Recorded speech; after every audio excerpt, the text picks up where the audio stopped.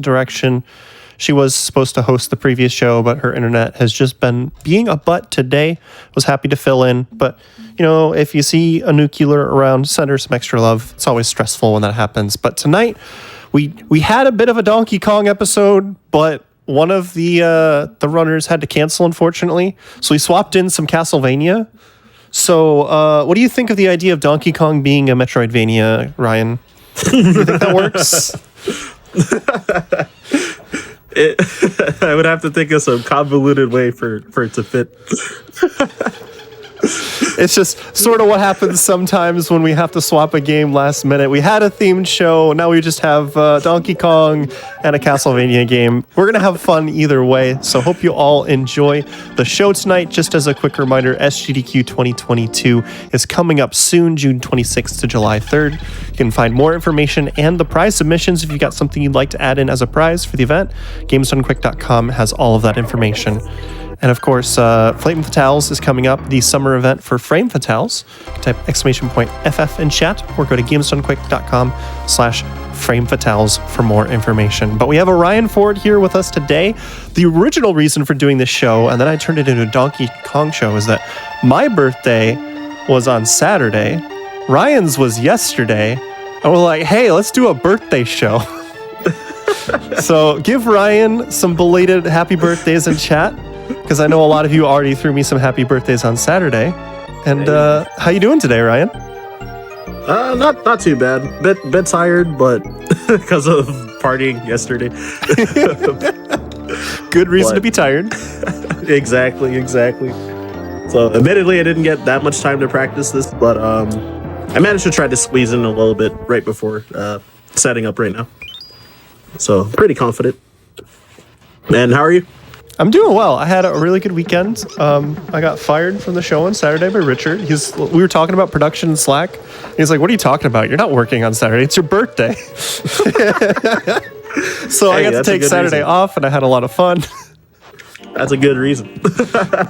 Nice. So you had a good weekend overall then? Yeah, I had a good weekend. So why don't you give us a quick rundown of this category? I don't think it's been seen a whole lot on this channel. Yeah. Okay, so yeah, it's a miscellaneous category. So all DK coins, also known as Beat Mario. So when you get to the credits, after beating K. Rool, then there's a podium where it shows Cranky's greatest video game heroes, and it's based off of how many DK coins those characters found. So Link, yes, that Link has 19, Yoshi has 29. And Mario is 39. So to outrank Mario, you need to get all 40 DK coins. So hence the category. Oh, so it's not like an extra boss. This is literally just showboating over Mario and proving that we are better than him. Exactly. So there's going to be a lot of mix in between the four major categories, like any percent, warpless, true ending, and 102% for in terms of like tech and movement to speed through this. Sounds like a lot of fun. Indeed. Do you have anything else you want to go over, or just want to get right into it? Okay, so this category has so we're allowed to use the Creme coin cheat to be able to access the lost world levels, and if I mess up activating the cheat at the start of the run, I have to actually reset. So it might waste like half a minute, but it shouldn't be too bad. It's pretty easy to do, but I just have to pay attention, basically. I believe. All right, so yeah, with that, I'll count down from 3 then, and we can get the timer started. So 3, 2, 1, go. And yeah, so first level, so as I mentioned, that I'm gonna be trying to do the Creme coin cheat at the start of the run. So you're gonna see me going indoors and outdoors multiple times in the same door, and doing specific sets of movements, avoiding collecting those 2 bananas in front of the door every time. Otherwise, the cheat won't work. So you need to do stuff like collect that banana bunch and then backtrack inside here. Grab this balloon, avoid these bananas again, grab the banana bunch one more time, and then re-enter that room. And there should be a Creme coin that spawns in the middle of the room, and it'll be worth 75 Creme coins. So normally for the Lost World levels, you have to beat or sorry, you have to pay 15 Krem coins to access one of the Lost World levels, and there's 5 of them in total throughout the game. So normally you're supposed to do that by beating the bosses and also beating the bosses and doing all the bonuses in each level, and that would get you all 75 Krem coins. But if we did that, then we would just be basically doing 102%. So this category, to make it more fun, to make it more fun and unique, we allow the Krem coin cheat for this category. And yeah, with that, so this warp I took, so the DK coin is right at the end of the warp, so it's the fastest way to get it, because normally in like any percent or something, you would do a wrong warp in that level to save about 4 seconds, but yeah, since we need the DK coin, then yeah, we just do the normal warp, which is significantly easier.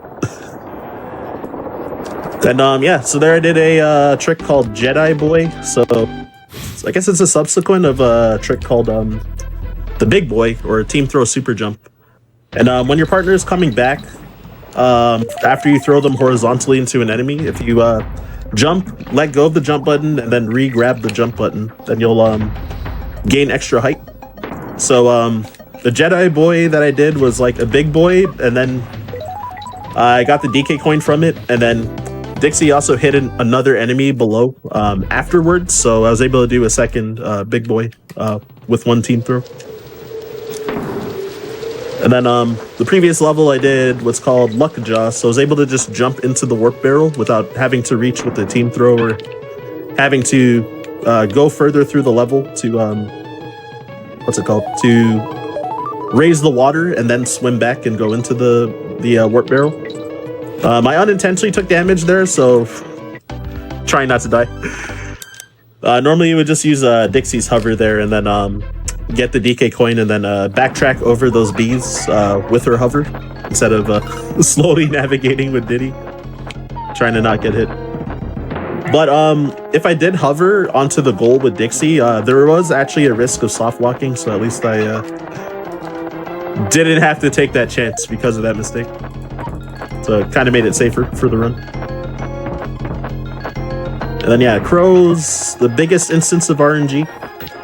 So he so after the first 2 hits, then he'll bonk the nest, and then he has a 50% chance of having a fake egg come out of the nest, or a real egg. Which I got 2 fakes, so that's like around average, I guess. Like one to 2 is like generally average, but ideally you would get 0 fakes in that fight. And yeah, depending on the cycle, you lose about 2 to 2.5 seconds per fake. So top runners might reset after like 2 fakes, possibly, or maybe 3. And yeah, so this level, there's also, again, another wrong warp at the beginning of this level, but yet again, need to get the DK coin, which is right after the mid barrel right here. So temporary mount onto Squitter, the spider. But it's a little faster to dismount off of him afterwards, so yeah, we just use him to get enough height, basically, to get the DK coin. And then play through the rest of the level like you would in the regular warpless category.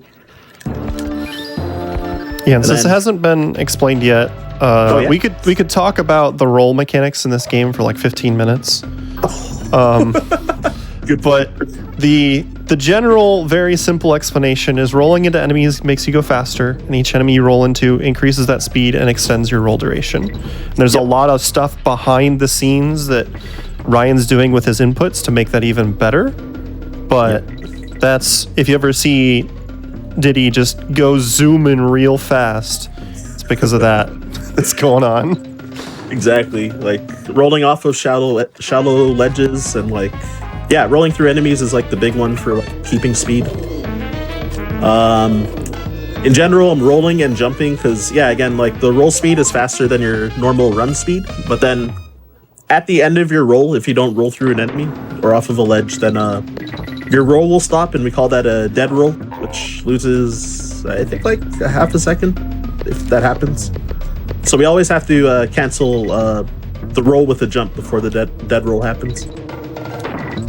I'm gonna be trying for a trick called Scrolly Scroll. Oh, I failed it. Oops. All right, let me try one more time. All right, let me try one more. Never mind. I love the names of some of the tricks in Donkey Kong Country. I know, right? All right, unfortunate death, but means I got another chance at trying the Scrolly Scroll. So yeah, basically, what should happen if I get it is that the screen will scroll really fast to the right. So I'm gonna try and glitch out the camera by shooting out of. Oh my gosh! Whoops! Shooting out of this barrel and landing. Oh my goodness! And okay, I'm choking a little bit. So yeah, shooting out of the barrel, then landing on the tire before I land on the ground, and it'll cause the camera to freak out. But yeah, I keep mistiming a lot because either I don't know, I'm like missing barrel shots and stuff. So, and yeah, my movement's just like sloppy, basically, leading up to it. This time though. Oh wow, I didn't get enough jump height this time. This time though. All right. So I went in the barrel a little early. I really want to show this off. I might just skip it since I've lost like 30 years to trying. 30 years? Oh my goodness. Okay, not actually. You know. That's even worse than missing door skip in Celeste. Yeah, I probably wasted like a minute and a half just failing that over and over. Yeah, I've never actually failed it that many times in a row. Like more than 2 times is like actually 2 times already is pretty rare for me, and like more than 2 is like unheard of until now. So it is what it is. So I don't get to show off the Scrolly Scroll, but alas, I don't want to go overestimate just because I'm trying it over and over. So yeah, that DK coin right there is the one and only DK coin that's in a bonus. Which, yeah, since we don't need the Creme coins, like from the bonus games, then yeah, just get the coin and then just fail the bonus instead of playing the rest of it. And after that, then there I did another big boy to get into the warp barrel to save about 3 seconds. And then when I swapped Kongs, I was supposed to trigger the goal while swapping, but for whatever reason, they didn't face backwards when I swapped, I think. I forget exactly. Either I didn't turn around by accident or I was too far away. But since I'm kind of rambling, I just only like half paying attention sometimes. But yeah, so this level, Lava Lagoon, it so yeah, the gimmick is that the water turns into lava, and our buddy Clapper here, when he like blows into the water, it cools it down. Blows into the lava, it cools it down and turns it into water, making you able to swim instead of taking damage. And the DK coin is near the end of the level, but it's not accessible through backtracking. So yeah, so because of that, we have to actually just play the whole level. And there it is. If you shoot out of the warp barrel, this water here will be lava by default. And you'll also fall into the that barrel that's pointing at the goal, and you're forced to shoot into the goal after you take the warp. So there's no way to do it with the warp. So yeah, this level I might be quiet for a bit. Red Hot Ride. Some precise timings starting now.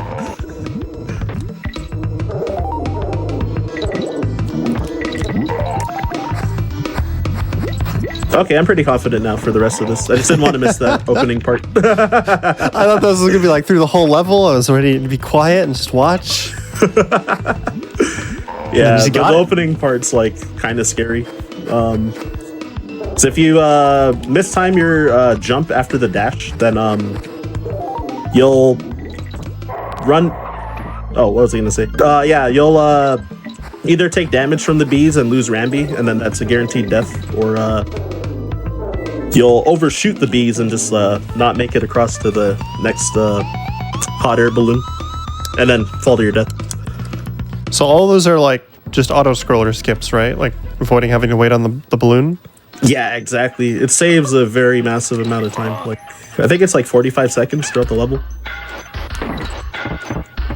And aside from when I triggered the goal there for the fanfare, which I just do that for like marathons and events to show off, but it actually loses time. Like the gray Dixie on top of like the regular Dixie.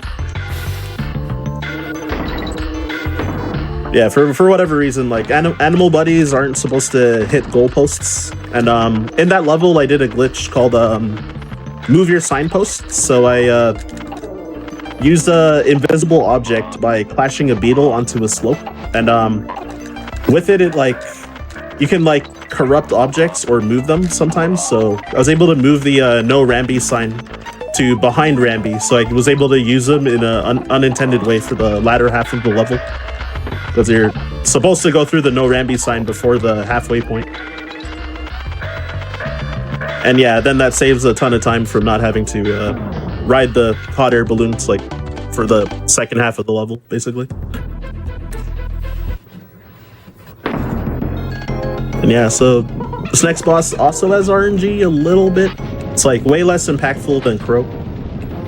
Cleaver. So the cannonballs that drop from the sky land in one of 4 random positions. So I think I got the worst spawn for the first one, but it barely loses time. It's like half a second, maybe, if even that. And then trying a trick here called Lava Fly, where Dixie can just barely hover all the way across the lava gap, which skips having to wait for Cleaver to come out of the lava on the left side and then lunge at you or stab at you with a sword. And then the hooks would spawn, then you would have to go all the way to the right side of the level to get the cannonball to hit him. But because I flew all the way across, then the cannonball on the right side, I was able to get it without having to wait and then cross afterwards. And the Flying Diddy glitch just to show off. I like all the extra swag glitches you're giving us so far. I love doing it. That one doesn't save or lose time at all, so it's always worth it to go for it. Unlike the Ramby one, that was I think it loses like 3.5 seconds, around that. Oh, which now I've got Ramby again. Oh my goodness, it's hard to control sometimes. All right, there you go.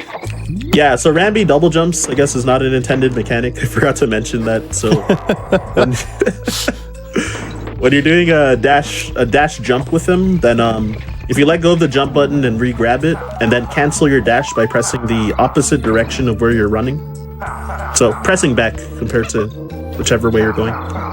Then yeah, he'll do a double jump in the air, which makes Red Hot Ride possible with taking Ramby all the way. And then also there's like small time saves in a lot of other spots throughout other levels with this double jump. Green things in the air. I'm guessing the cloak enemies that are throwing barrels. I don't know, I was looking at chat just now. So this time I remembered to have it open for this run. Yeah, we're getting a lot of people who just have fond memories of this game and are going, oh my god, while you're doing stuff to it. So yep. Not going into any bonuses aside from that one that I failed on purpose. And then I guess the bonuses for the Lost World levels, they award you a DK coin instead of a Krem coin. So the Lost World levels, the bonuses are mandatory. Yeah, this level is pretty hard to optimize, like compared to like really good runners, because if you touch walls or corners, you lose like all of your speed pretty much. So yeah, it's very easy to lose like 4, 5, 6 seconds compared to like a top runner just from like sloppy movement. And sometimes it's hard to notice that you lose all that time until you like compare your run to someone else's run. Yeah, especially when it comes to like really tight platforming levels that you're losing time and you don't know why. Sometimes just like putting them side by side. Absolutely. Just going, oh, okay. Absolutely. Oh, I gotta remember to re-enter this level to get the DK coin, because it's faster to beat the level and then go and get the DK coin at the start and then start and select to exit out. That makes sense. Yeah, just so that you don't have to backtrack back to the start in one visit. I think it's a very, very small time save, but you know, save time where you can. I don't want to die. That was a little sloppy movement. All right, so yeah, going left for that DK coin. Like when I was a kid, I felt like such a genius for finding that DK coin at like 5 years old. Yeah, it's like, oh my god, you have to go left. This is absolutely ridiculous game design. Who would have ever imagined going left? I know, right? You only go right in platformers. What is this? I failed the wrong warp, so the two options are either to beat the level warpless or to die on purpose and try again. Because I had the worst outcome for how I failed it, because I overshot my throw into this guy. Alright, there you go. Should be better. So for whatever reason, if you throw Dixie and damage her into the cutlass, and go into the barrel, and when he raises his swords up, it has the same properties as what causes wrong warps to happen. So yeah, so for whatever reason, you can save like 25 seconds roughly by doing that wrong warp. It's one of the newer ones that got found out, but I think it's like 4 or 5 years old at this point, even though I said new. Well, newer, yeah. Yeah. Is that one of those it just works, we don't exactly know why kind of deals? I think the people that like task this game or have really, really deep knowledge of the game like could probably explain exactly why it works, but I actually have no idea why it works. Yeah, when I was first learning this game last year February, then I followed the beginner tutorial that's from I think 2016. So it was before this wrong warp was found out, and then I decided to look at the world record run at the time to see if I'm missing anything, and then I saw that wrong warp and I'm like, oh wait, I gotta learn this first before I start my run. So I delayed my stream by like an hour to practice it. Well, there was another wrong warp in World 6, like the new Castle Crush wrong warp as well. That wasn't in that tutorial too, so I had to learn both and like just delay my stream a bit to make sure I learned it and then start a run. But yeah, here's Black Ice Battle. So this level generally is like really, I think is really visually appealing because you can't see below you, so you gotta like memorize the level. And since we're doing it so fast compared to like, you know, like how you would casually, like being careful and stuff. And yeah, I think it's really cool looking in general when you do it cleanly. Yeah, it looks impressive when you do it like that. Yep. So yeah, I gotta try to make sure I don't fail this bonus, because so you can't try it again without taking a death and starting from the mid barrel, or beating the level and then redoing the level up to that point. So it's a very huge time loss if you fail that bonus. Which, yeah, if you like jump too early in a spot or too late, then yeah, it could be really devastating. Also, I had the wrong muscle memory for the wrong category there. I was supposed to do a goal swap there, and to have the opposite Kong order. So that's why I just swapped Kongs at the start of this level. So maybe trying... Oh, sorry, go ahead. What just happened? Like, come on, I got hit. I can't believe it. So I don't know if this is going to work, but I'm going to try anyway. Alright, I don't think that worked. Yeah, so this, okay, that's a very massive time loss, but, yeah, what was I trying to do? Or what was I doing? What did I do? Okay, so I basically did a super jump by, since I swapped Kongs in the water, then, and then took damage, the game thinks that the next Kong is, like, underwater, so you kind of have, like, underwater physics while in the air. Oh, whoops. Oh, okay. Oh, I just realized I did this backup wrong too. Well, all right, it's gonna be another adventure. I was supposed to do another one of those super jumps as a backup just now, but I completely forgot. I started doing warpless muscle memory instead. The problem of running too many categories. Exactly, because I've run like 8 categories for this game, so it's like, I think I'm gonna die. Maybe. Never mind. Okay, I didn't die. Ooh.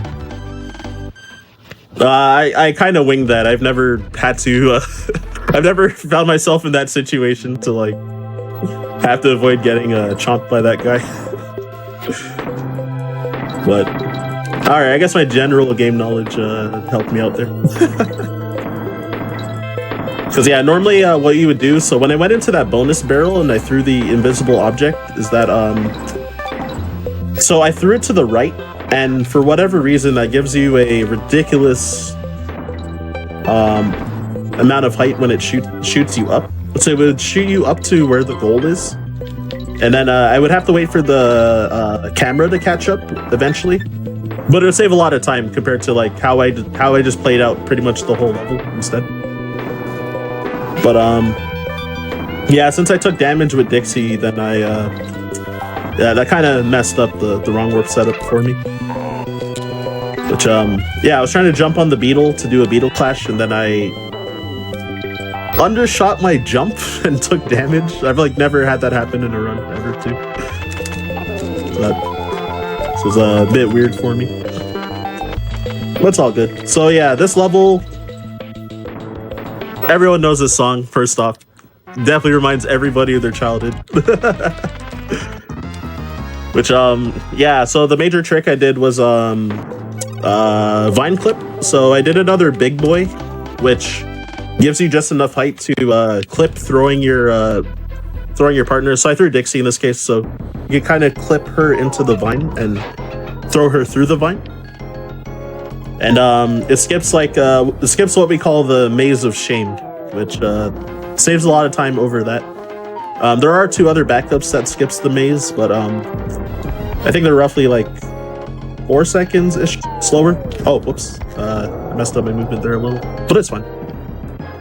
Yeah, this boss is quite a snoozer. It's like a minute and a half long of like, I don't know, basically like a glorified auto-scroller. So to optimize a little bit, I am trying to get quick hits by having him, when he lands, I try to have Dixie run behind him, and then when she's throwing the barrel, then like her hair whipping back, like will end up hitting him. So you can generally save roughly about 20 frames from doing that per cycle. But since I failed on that previous cycle, then I probably lost like 12 seconds at least for trying to save 20 frames. That's how that be sometimes, you know? I know, you go right? for the really minor time save, then you lose a ton of time. Yep. Yeah, this game is like, for what people find hard is that like trying to get everything clean in one run is like generally difficult. Because yeah, you can just bleed so much time like for a single mistake a lot of times. So like, you know, taking a death could maybe lose like 20 seconds or like half a minute depending on like where you died. Things like that. Oh, whoops. I did not mean to team up there. If you fast forward this boss, yeah, I made it a little longer than it had to be too. All right, so yeah, this platforming part with Dixie really gives Dixie her time to shine, since it's nice to be able to hover over this honey that's on the ground, because yeah, you get stuck on it for a bit when you land on it. But then, yeah, of course, yeah, Dixie can just hover over it and keep going forward. Which, oh, I did that wrong. I was supposed to take damage there instead of killing that enemy. Because I wanted to reverse my Kong order. But it's fine, I'll just swap at the goal, ideally.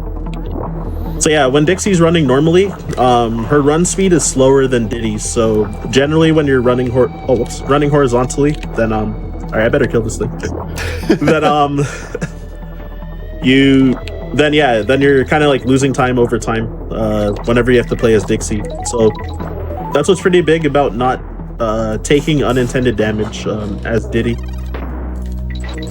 But yeah, since I'm riding Squitter, then the run speed's the same at this point. And there I was doing what's called instant web platforms. So I'm pressing L and R at the same time together, and it bypasses that cooldown for when you press L or R to shoot out a web platform, and then press it again to form the platform. And because of that, then yeah, you can make a platform like immediately under you to speed up your platforming like significantly. Which one of the notoriously hard levels, casually Webwoods, instant platforms will make that level like a lot faster by probably like upwards of 40 seconds compared to casual strats. Awful at controlling the spider as a kid. I feel that. Webwoods is such a struggle whenever I played this game casually, but for me it's like easier because of the instant platforms. It also like makes the level easier for me, even though it's still a pretty difficult level in speedruns. Like people lose runs there all the time from like a single mistake. But yeah, here's another auto scroller. There's like literally nothing different from any percent in this category from this level, since the DK coin's right on the path, so just grab it still. Is there anything you can do to speed up these little roller coasters? For this one, the minor time saves is jumping off of your cart early when having to jump onto a next one. And then also the flitters, the dragonfly enemies. You can skip bouncing on the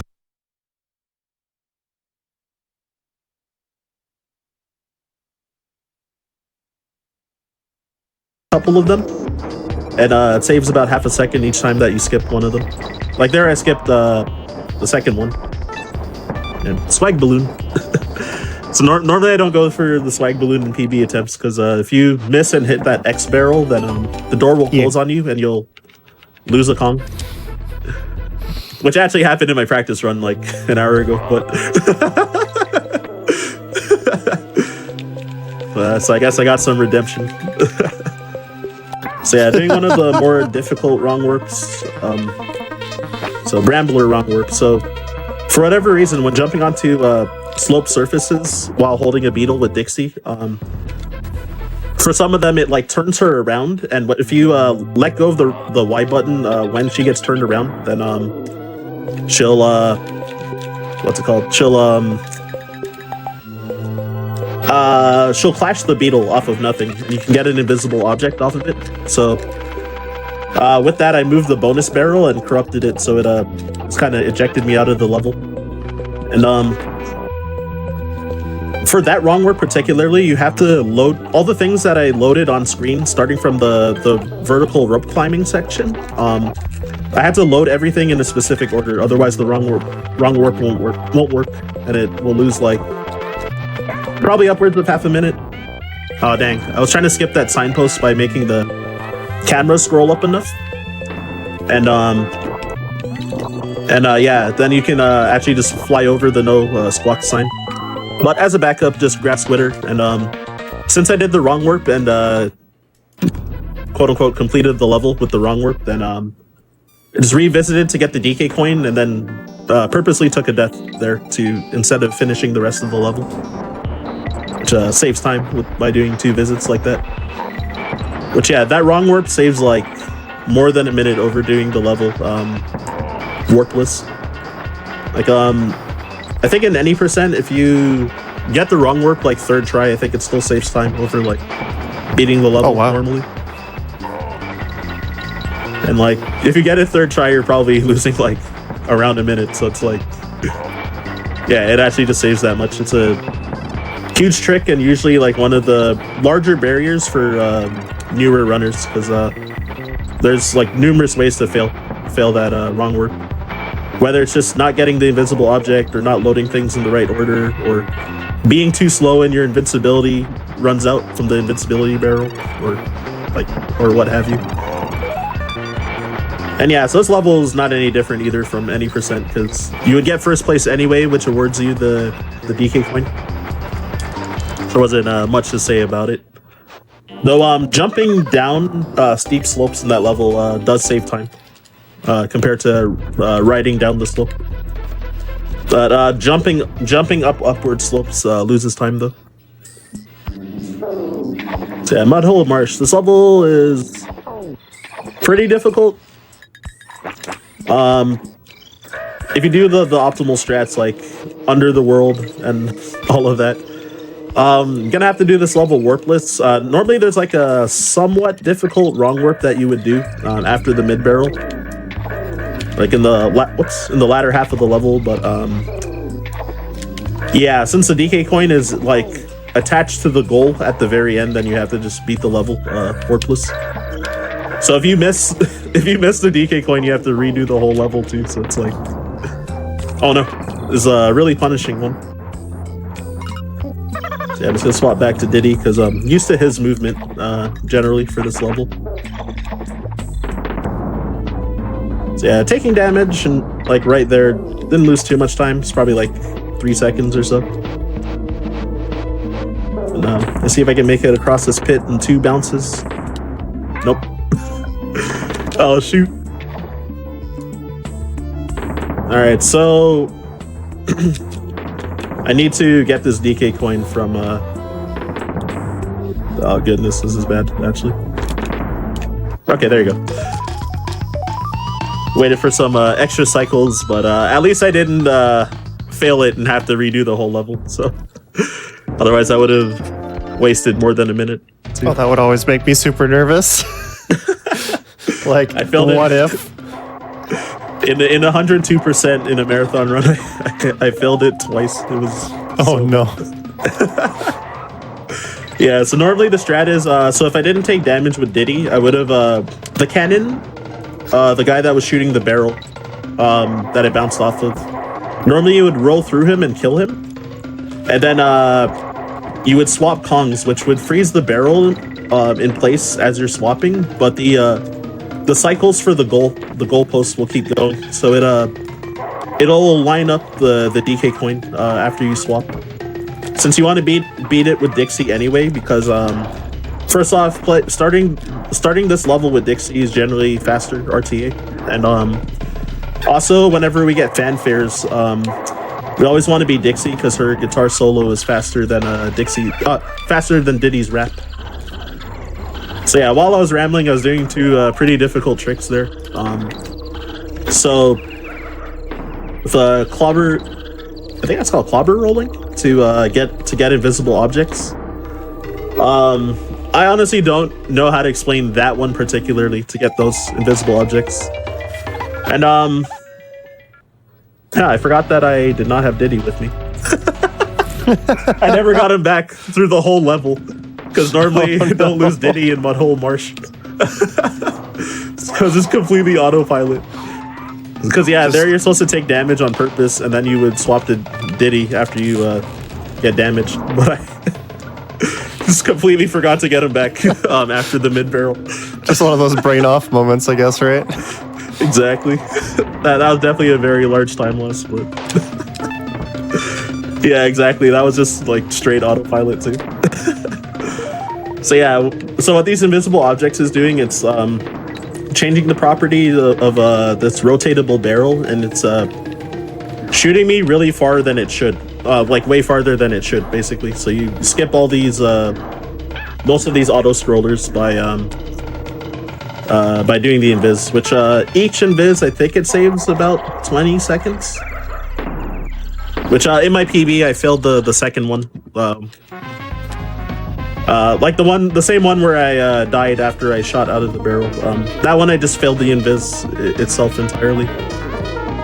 Which usually what happens if you fail it, then the TNT clobber, where I'm picking up the invisible object from, it'll just explode if you misposition where to put the barrel down. So yeah, I think I killed the sub hour and 1 minute just from that mistake alone, because I got my PB is an hour, 1 minute, and 17 seconds, and yeah, failing that loses about 20. So that's how it goes sometimes. So yeah, there did a big boy again to grab that hook, which skips a lot of like vertical sections that was to the right. Like you would have to climb up some honey and then like drop down another like vertical shaft. But yeah, I think it saves like probably like close to 10 seconds getting that hook. So so doing a Rambi double jump to get this the unintended way. Casually, I thought that was intended. Like, I thought that Rambi double jumps was an intended mechanic. And after I learned to speedrun this game, I saw someone doing a casual playthrough for their first time, and they managed to find the DK coin like the intended way. There's like some invisible hooks in the room before you go into the Rambi transformation barrel, and my mind got blown. There's another way to get that? Like, oh my god, that's the intended way? No way. I've never known until like last year. and had already been speedrunning like that category too, and I never knew what the like casually intended way was to get it. Which fortunately, since I was already doing the speedrun strat casually, then I never had to actually learn it when I picked up like 102% and also all DK coins. So yeah, the rule for this boss, never sleep on the king. So it's a pretty easy fight generally, but it's very easy to just get hit from like messing up your movement or being too lax. And when you split up into those small bees, you can actually get one early hit or what we call the 2 cycle. As he's spawning the bees, there's like 1 frame where you can hit him, but I have never gotten it personally ever, and it's very rare that people ever get it in a run in general. Like even like majority of like runs that have been world record, I think like usually don't even have the 2 cycle, or they also just straight up don't go for it because yeah, it's hard because it's position dependent and like frame perfect too.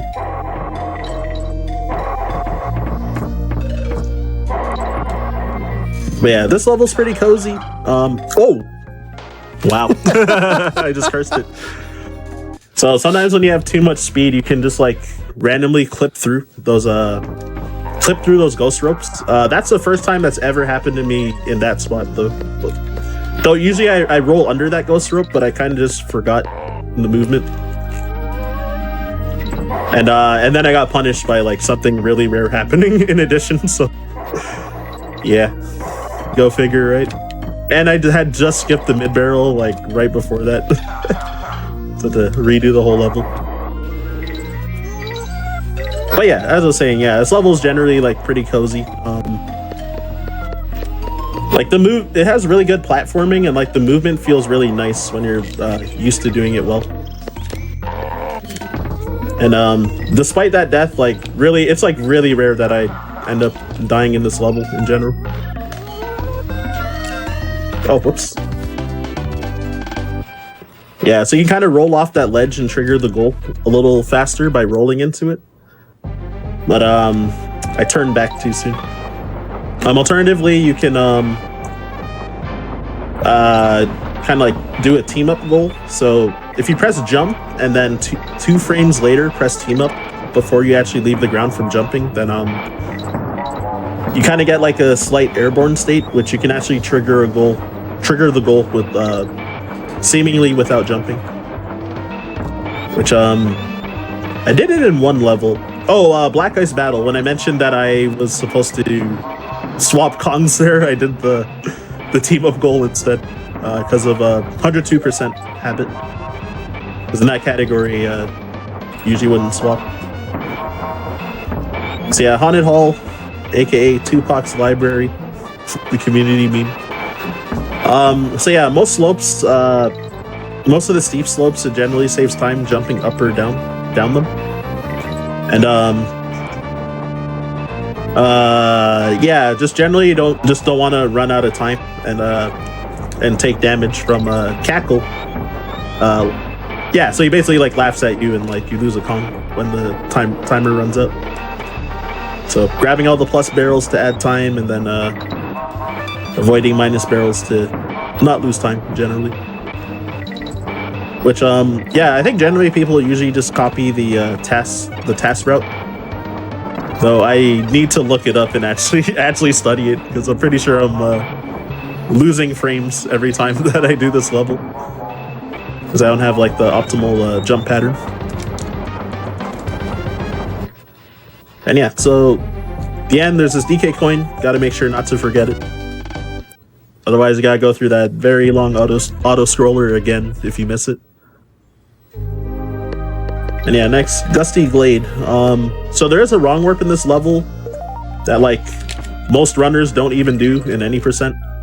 But yeah, it wouldn't save time here in this category, thankfully. So I admittedly I never want to learn that trick, but it's extremely difficult. It's like by far the hardest wrong warp setup. Which the beetle at the very start of the level, you want to carry it to around the mid barrel that I just got past, and get an invisible object by beetle clashing, and then using the bonus barrel that was right before the mid barrel to wrong warp out of it. Yeah, so here I'm getting an airborne state by team throwing into that barrel.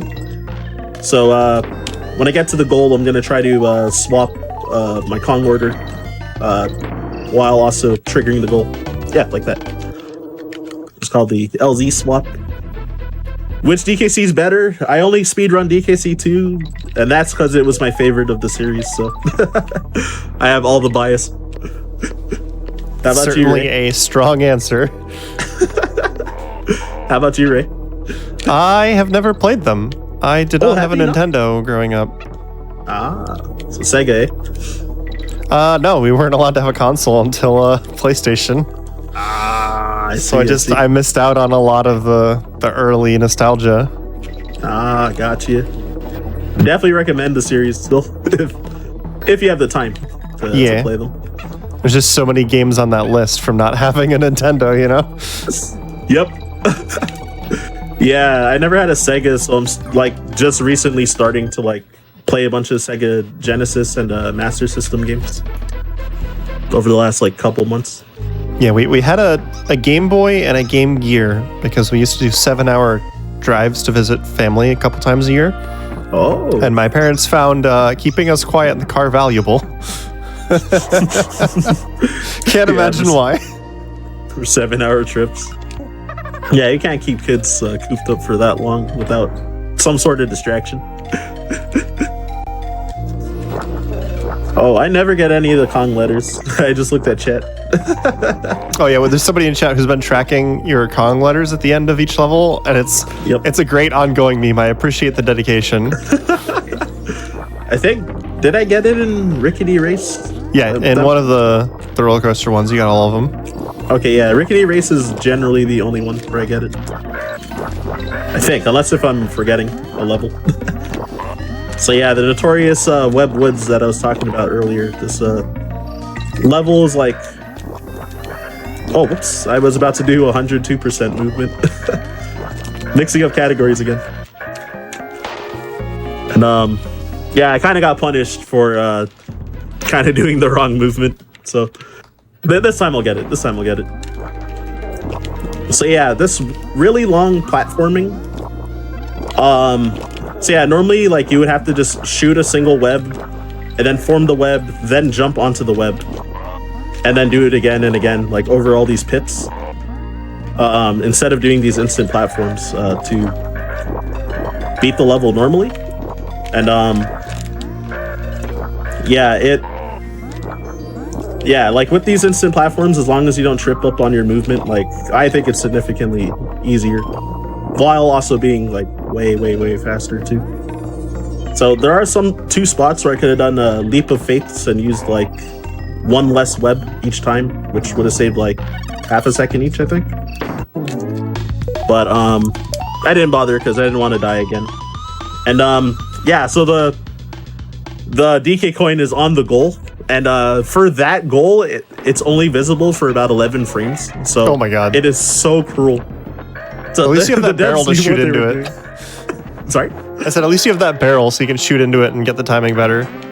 Yeah, exactly. Like, it's still so cruel because it's like only 11 frames, so you have to like really memorize the pattern of like when oh, I'm dead.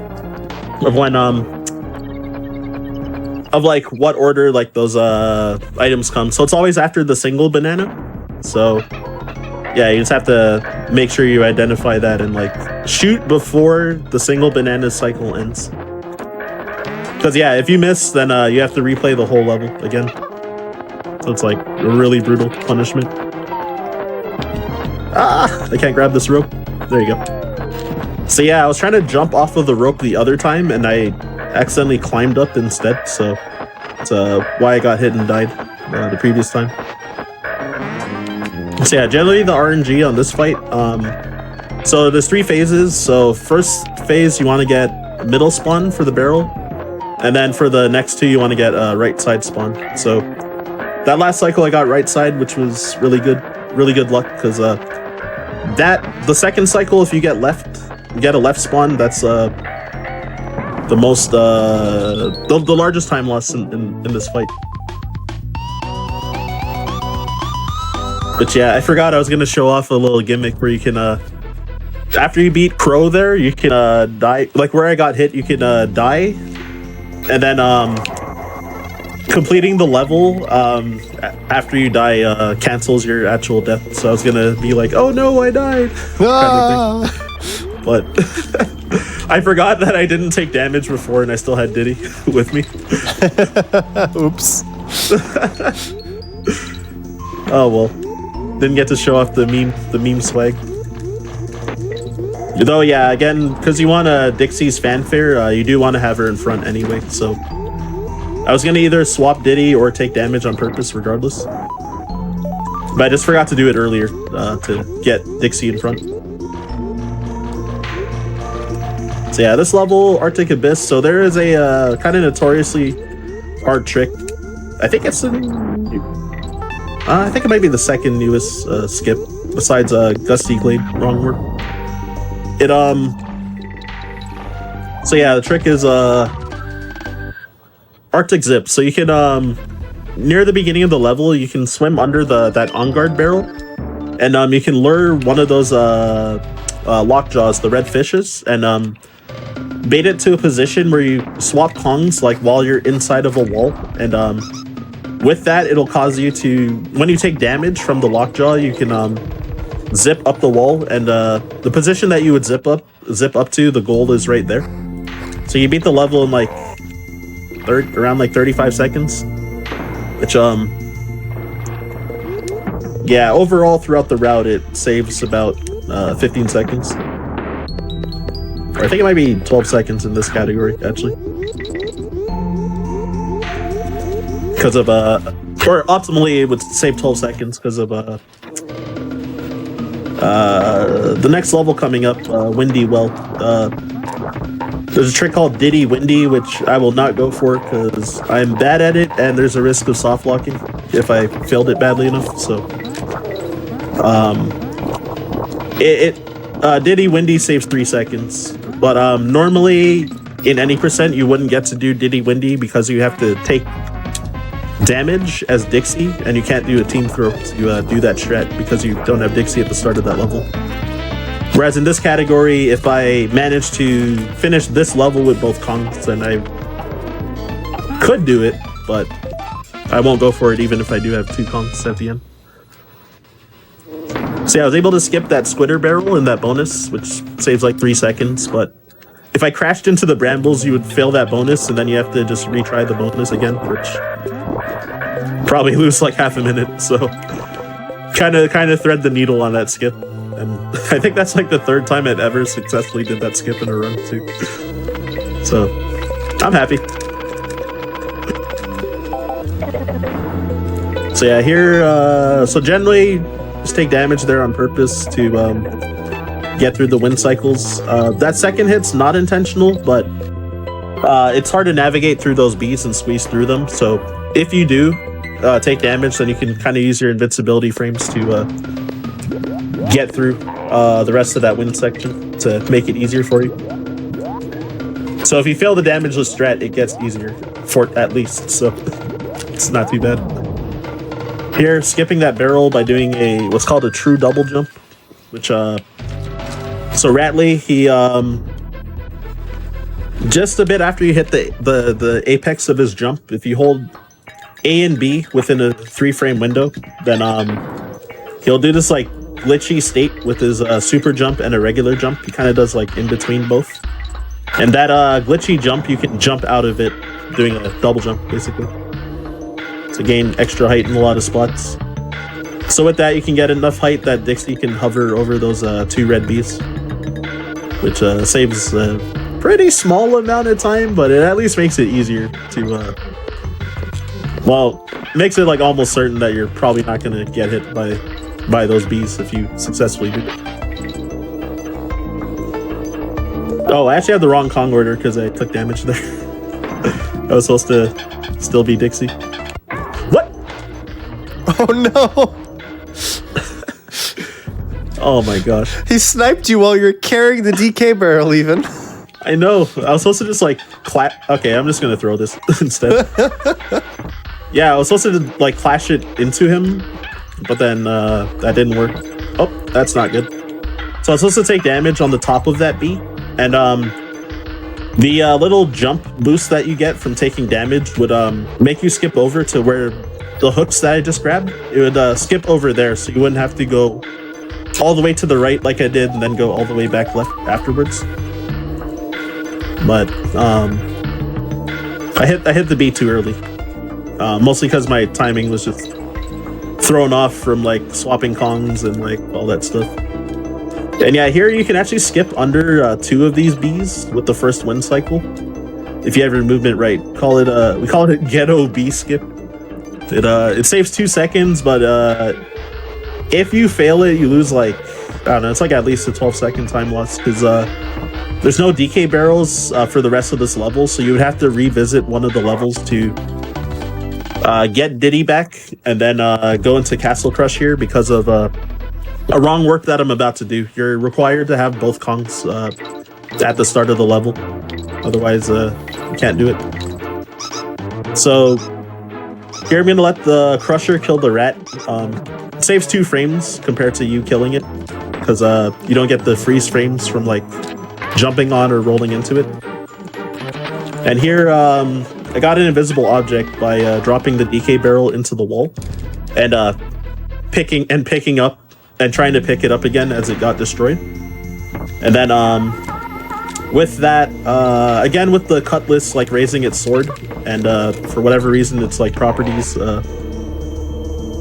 causing wrong warps to happen, then I died when coming out of the Rambi barrel, and then the cutlass's swords being up causes you to wrong warp for some reason.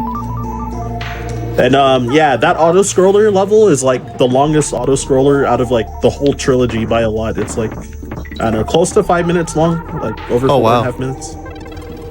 Yeah, so it's like, it's huge because you beat that level in like 20 seconds with that wrong work. So it's like such a huge difference. I do have to go back and get the DK coin still, but which is like past the mid barrel.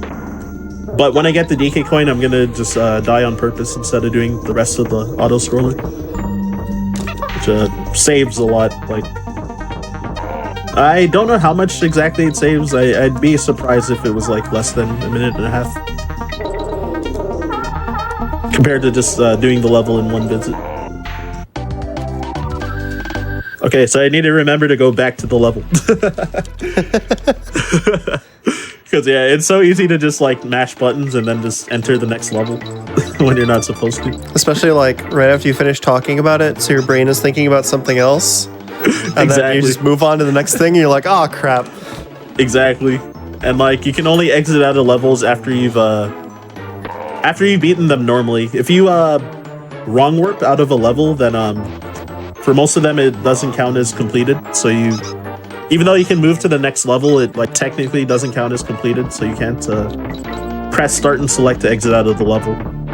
So that's why I have to take a death intentionally after getting the DK coin. And same with Bramble Scramble, way back when I died on purpose. For the same reason, because it did a wrong warp at the start of the level. But yeah, we've got a ton of auto-scroller to go through right now. Which, ideally, I don't want to take damage, though, because I'm going to try to skip some parts of the auto-scroller with like team throws. And potentially one big boy right before the mid-barrel. So the old strat to skip most of this level. So right about here, normally you would bring that DK barrel that I used to do the wrong warp earlier. And with it, oh, what? It didn't kill him? That's weird. Okay, yeah, so yeah, you bring the DK barrel up and get the invisible object, and then when you throw it in a specific spot or take damage in a specific spot, then the game like warps you up to the goal basically, and it looks really glitchy because the crusher is still there with you, and like all the enemies that were from like the bottom floor, but your position gets warped up to the goal, and then you can just jump on the goal and finish the level, which actually does count as a complete, like a real complete. Interesting. But it also is like a minute longer than that death warp that I did. Okay, yeah. Yeah, so that's why it's not done in this category. We only do it in, I think 102% is the only category we do the goal summon wrong work now. Because in that one we play on, oh yeah, there's two different game versions, like revisions. So yeah, version 1.0 and then revision A, which is 1.1. So almost all of these wrong warps work on only 1.1. And then there are some other set of glitches in 1.0 that are optimal for 102%. But in exchange, you can't do any wrong warps, which normally you wouldn't want to wrong warp in that category because you need to get all the bonuses and stuff. So that's why version 1.0 is optimal in that category. But the goal summon still works in 1.0, even though you got to do the strat like slightly different than you would in 1.1. But it's about the same timing, though.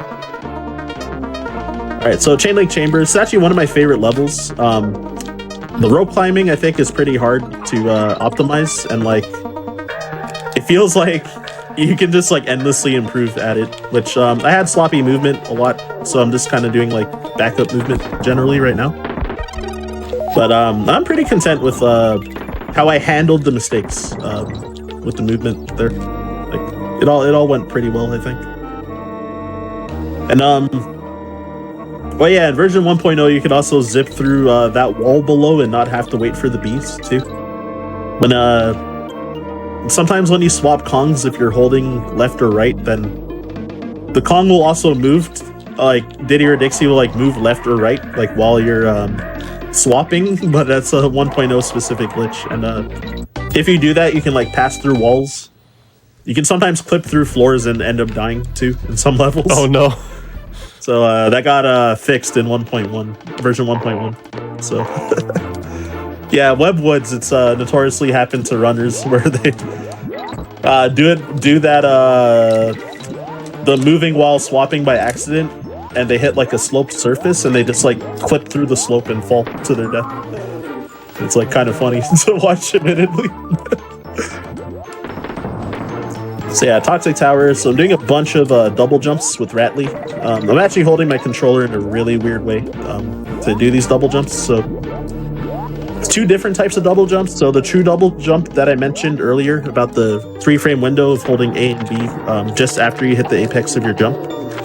And then there's short hop double jumps. So if you're holding A to do the super jump charge, during that time, if you tap B for a very short amount of time to jump, then he'll get that glitchy jump state, but at a lower height than the true double jump. But the short hop double jumps are just about the height that you need for most of that platforming. So most of the jumps are short hop double jumps, and there's like, I did like 2 true double jumps, I think, if I recall correctly. The one where I got the DK coin was a true double jump, and then I I think when I was jumping off of like a bunch of bees in a row right before the Squawks barrel, that was also the true double jump. All right, so in one run, I forgot to get that DK coin in Toxic Tower, so I'm fairly confident that I got it this time. After beating the level, I was like, wait, did I actually get it? I've been rambling so much. There's always that self-doubt when there's like any completionist category of some kind. Like, did I miss one? Exactly. Is this now most DK coins? Exactly. What if I get 39 and just tie with Mario? Alright, so... oh, go ahead. I was gonna say, there's a fine tradition at GDQ main events of 99.9% speedruns. Oh, man. That, There was one marathon I ran, not for GDQ, but there was a marathon I ran where I did the first time I ever did 100% for Metroid Fusion, and I forgot 3 items and got 97%. Oh no. Yeah, admittedly I didn't practice a category because I wasn't sure if there was going to be a donation incentive to do 100% instead of any percent, so I only practiced any percent, and then when I was supposed to start the run, then I was told that the donation goal has been met, and I was like, oh, there was a donation goal. I didn't know. So I only practiced any percent like that time. So all the hundo stuff, I either forgot something or made mistakes on movement. But it was still a fun time. Like, no one was upset about it or anything. And yeah, so that level, oh yeah, I took damage once on the B ring skip, which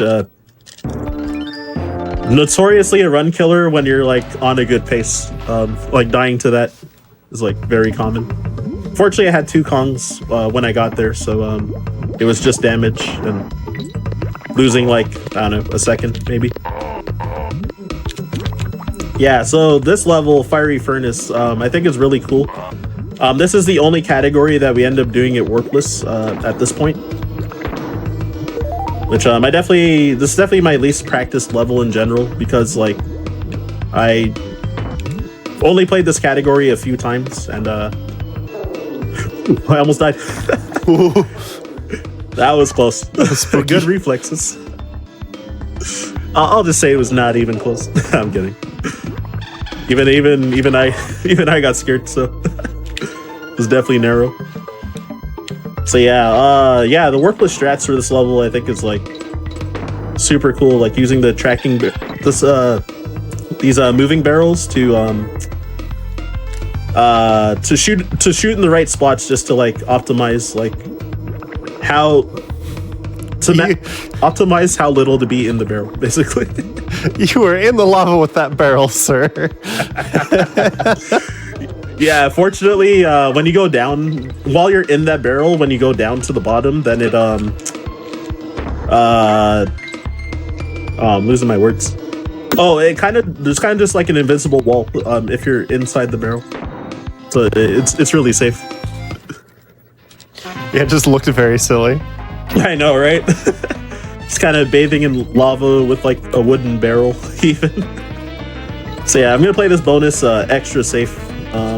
Oh, I forgot to mention that yeah, it's also like the level before the final boss, so assuming I don't fail this bonus, it'll be probably done in like a bit under 2 minutes.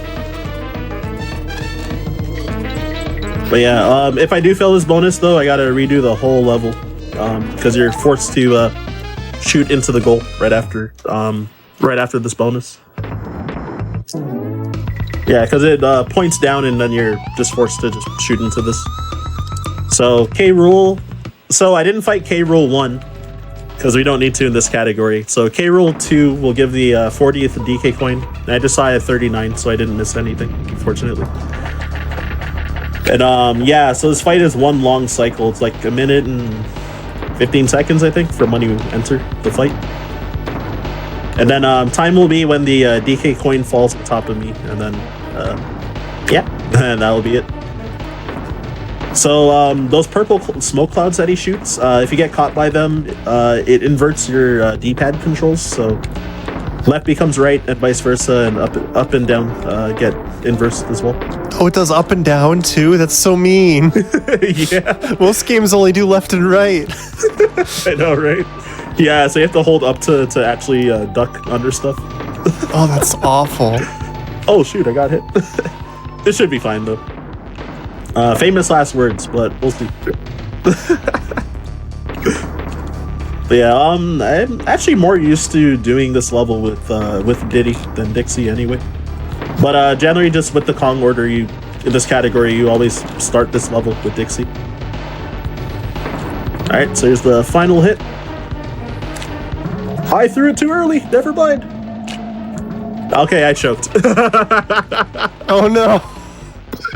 All right, we got to see another minute and a quarter of. You jinxed it.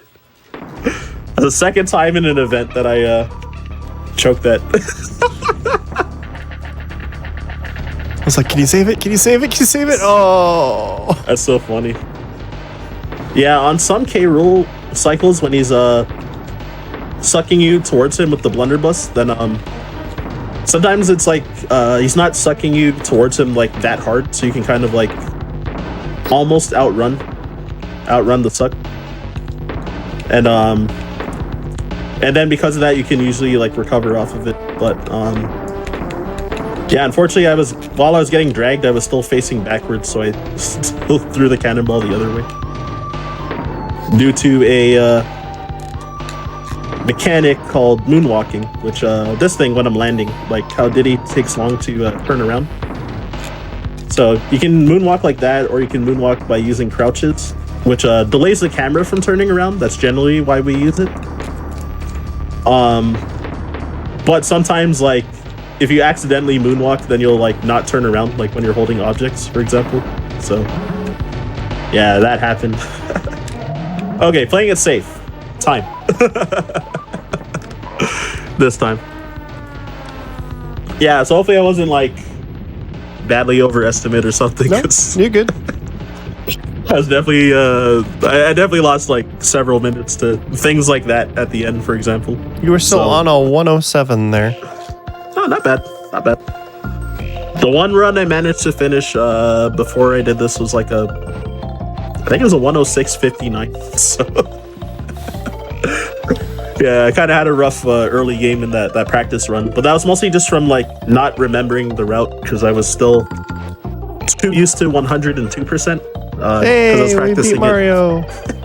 There you go. And this is the whole purpose of the category. So there's even side categories for beat Yoshi and beat Link, who's not on the podium right now. Which beat Link you would get 20 DK coins and beat the game, and then beat Yoshi you would get 30 and beat the game. Which are pretty cool categories. I think beat Yoshi is actually the hardest of the three. Even though it's like a 45-minute run, roughly. I mean, that makes sense because from what I know, the any percent run of this game is very difficult. So you're just getting closer and closer to the any percent run at that point, you know? Exactly. Like mostly just doing any percent strats, but then and then trying to pick and choose which levels are like fastest to get the DK coins from.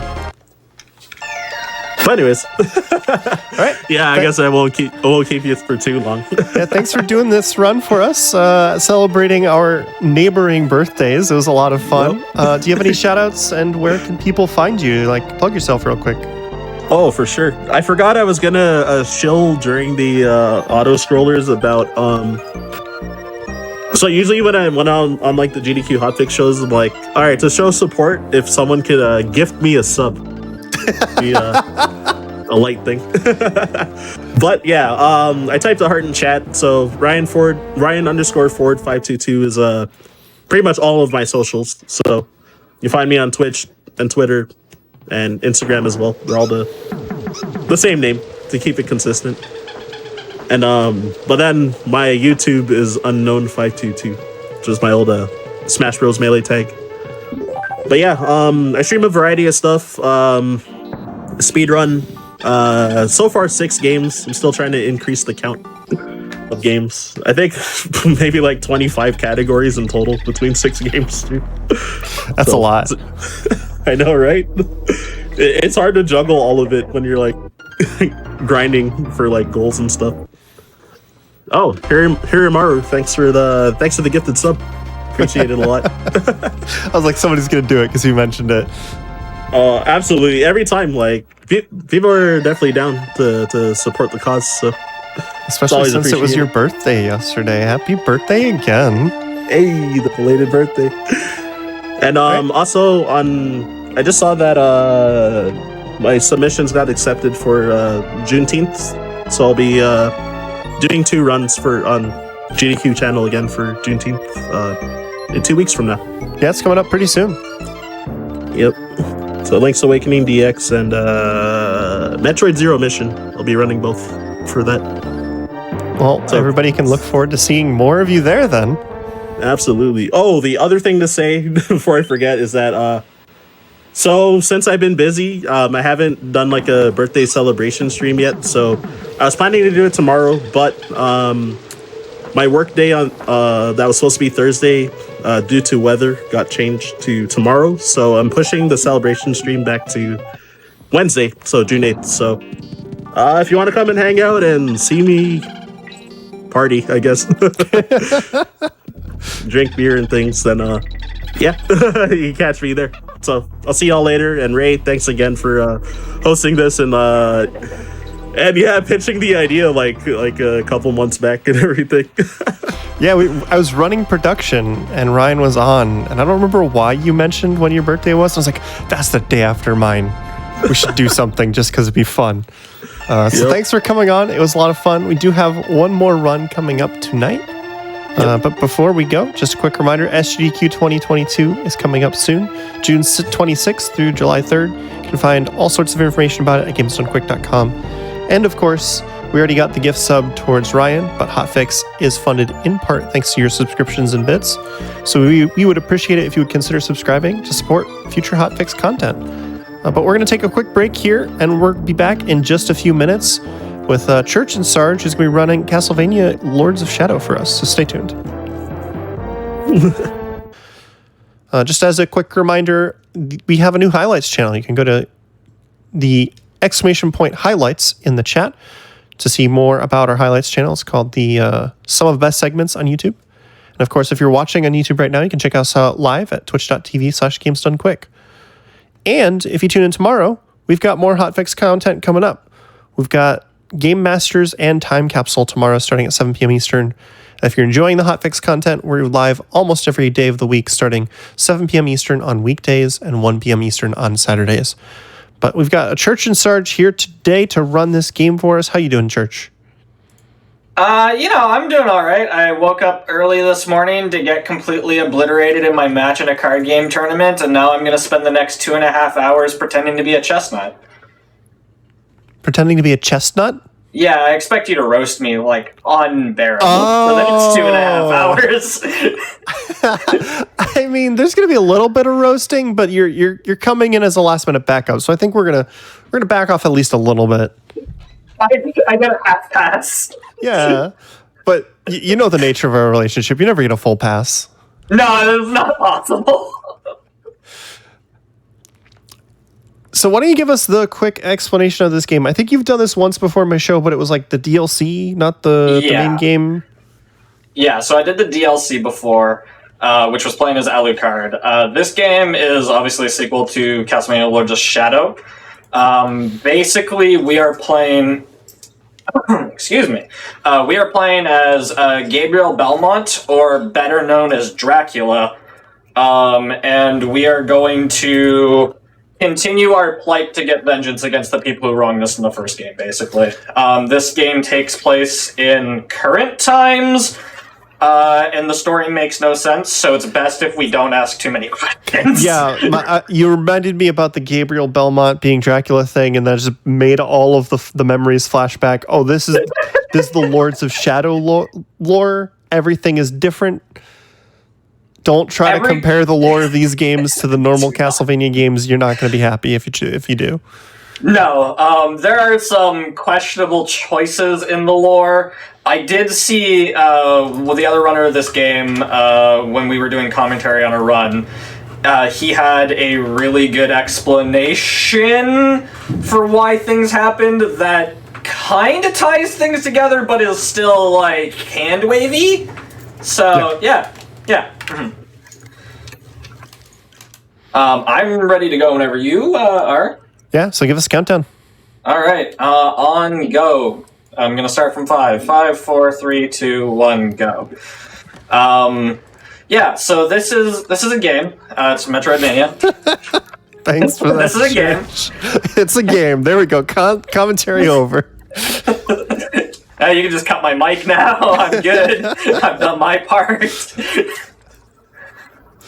So, right off the bat, this is like a weird tutorial sequence where we're like half powered.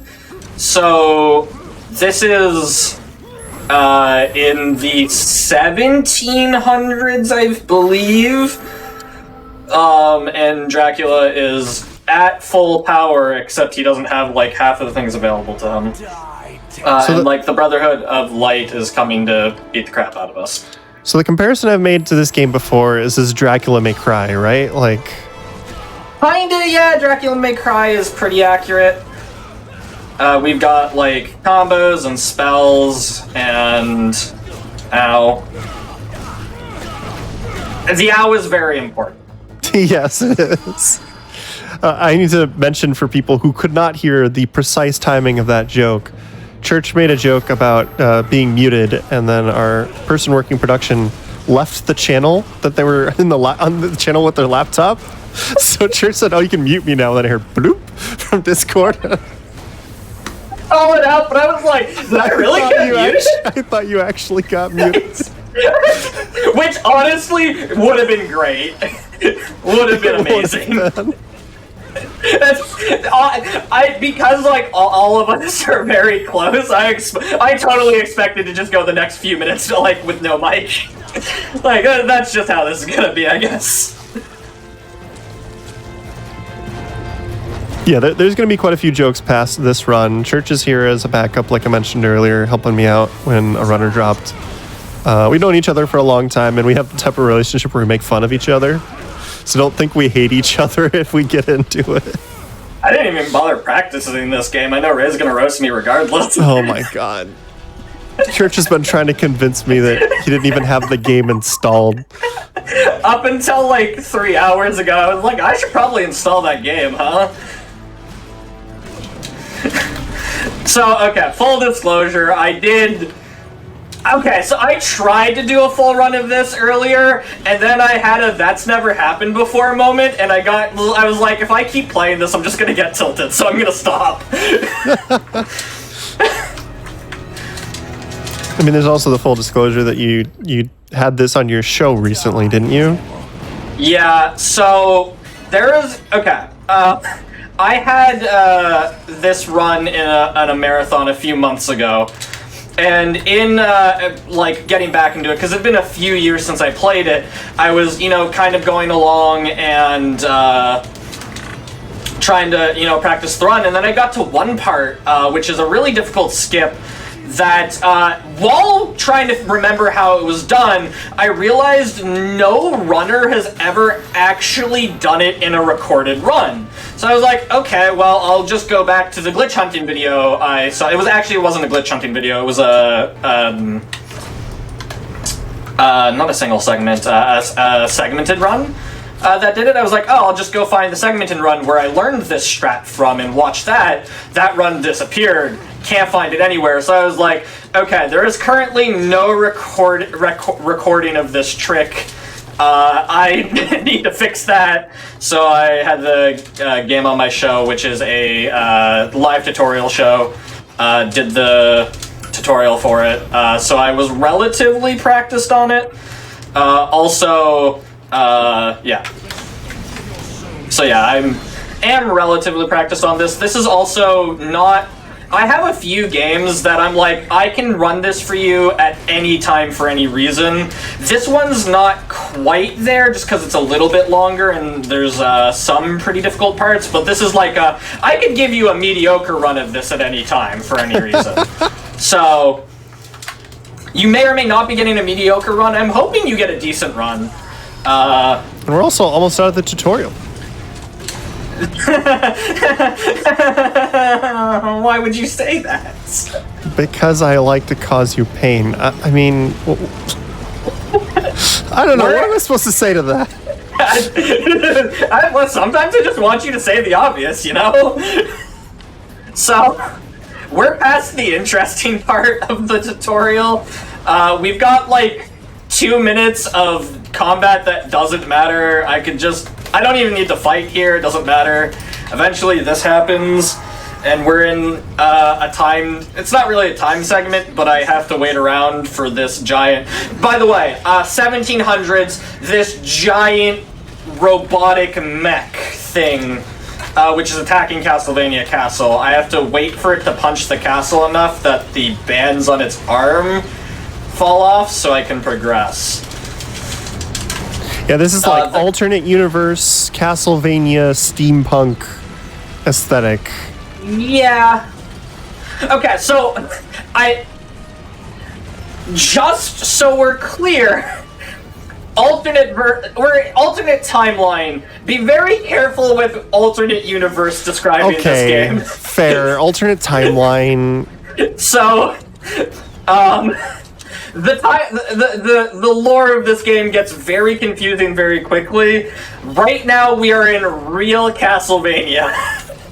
This is going to be important in about 15 minutes. Oh my god.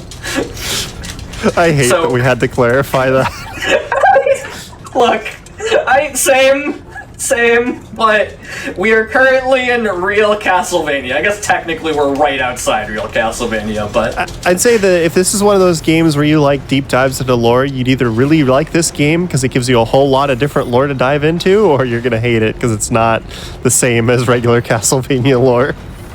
Oh, this game is great. Don't pay attention to the lore. The lore, it's fine. If you look at the lore on a surface level and go, wow, that doesn't make sense, just forget about it. Just keep going. Also, absolutely under no circumstances remember the lore of Mirror of Fate, because that makes everything worse. Is that one of the DLCs? No, so it is a prequel to this game that they released on either DS or 3DS and then ported to the PC, where they tried to explain some things in the story that didn't quite make sense. And in doing so, they made it make even less sense. So yeah, just forget about the lore of that game. The game itself's not bad, so like if you like... It's not the same kind of gameplay though, it's more of a 2D Vania than a Metroidvania, or like a 3D Vania. Like, they're both Vanias, so... But, yeah, it's like a 2D...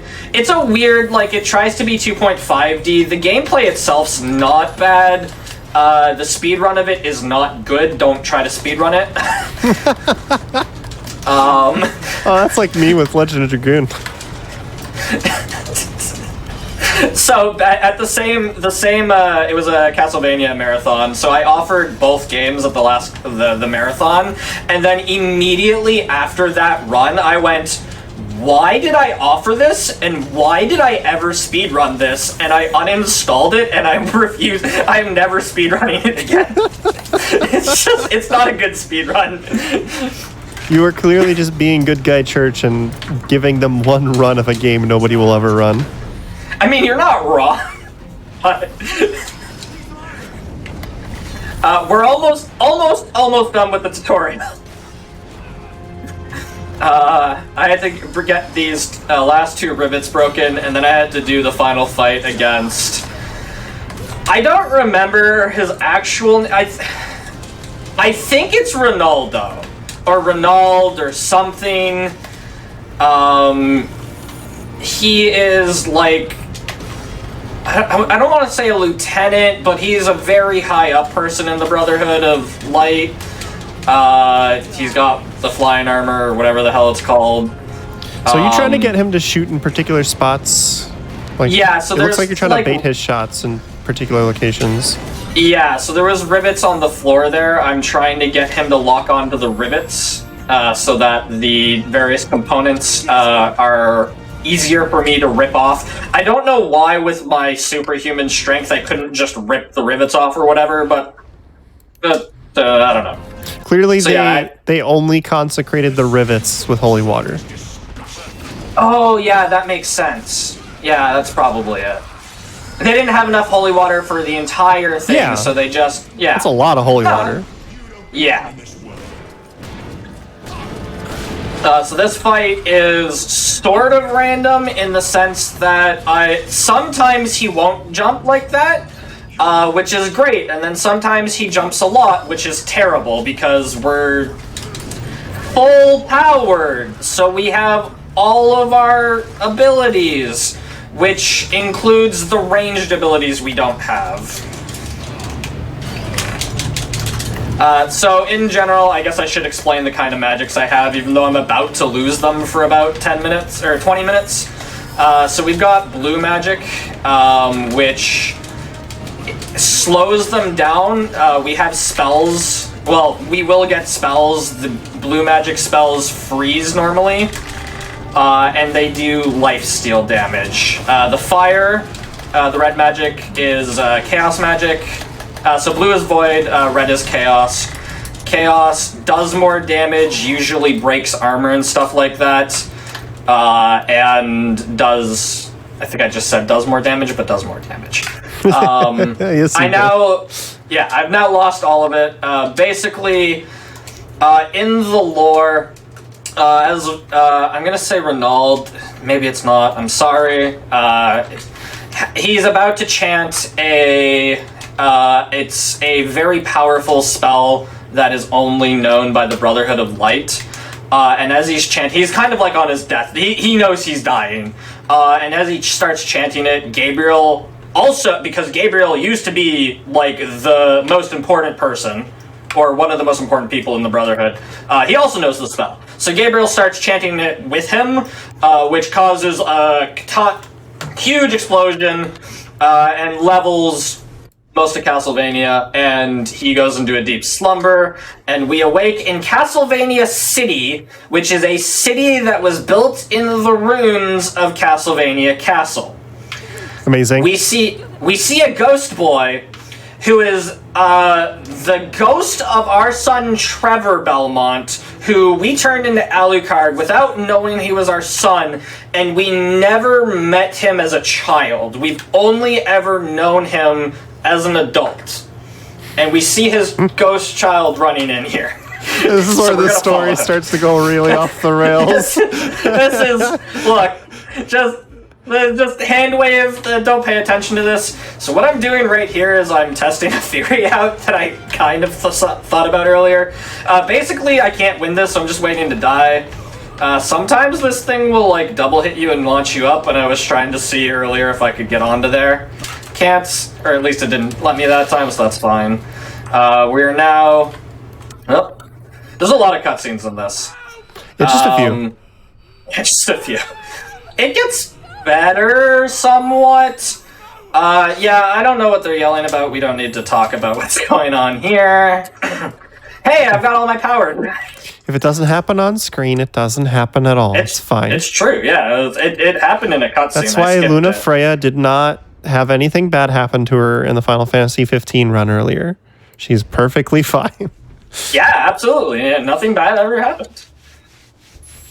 So in that little cutscene, and by little I mean in one of the like 12 cutscenes I just skipped, so we run into Zobek. Now Zobek is on the list of people who have ruined Gabriel's life. He's number 2.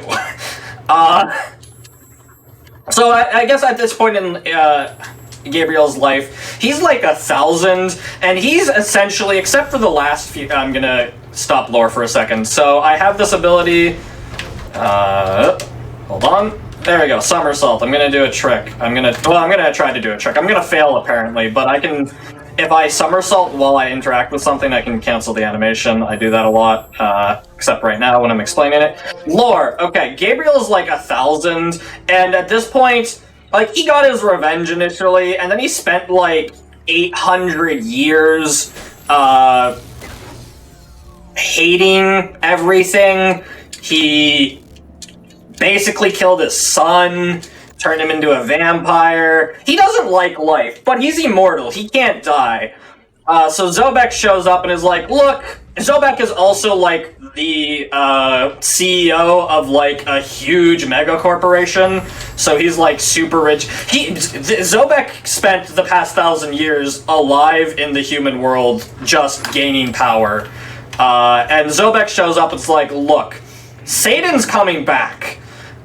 I can't kill him. I need your help. If you help me kill him, I'll kill you in return. I will give you the eternal slumber that you desperately want. And Dracula's like, yeah, sure, whatever. Okay. I guess, so notably, I'm not sure if Dracula knows it at this time, if Gabriel knows. He also has some of his memory missing, which will be important later.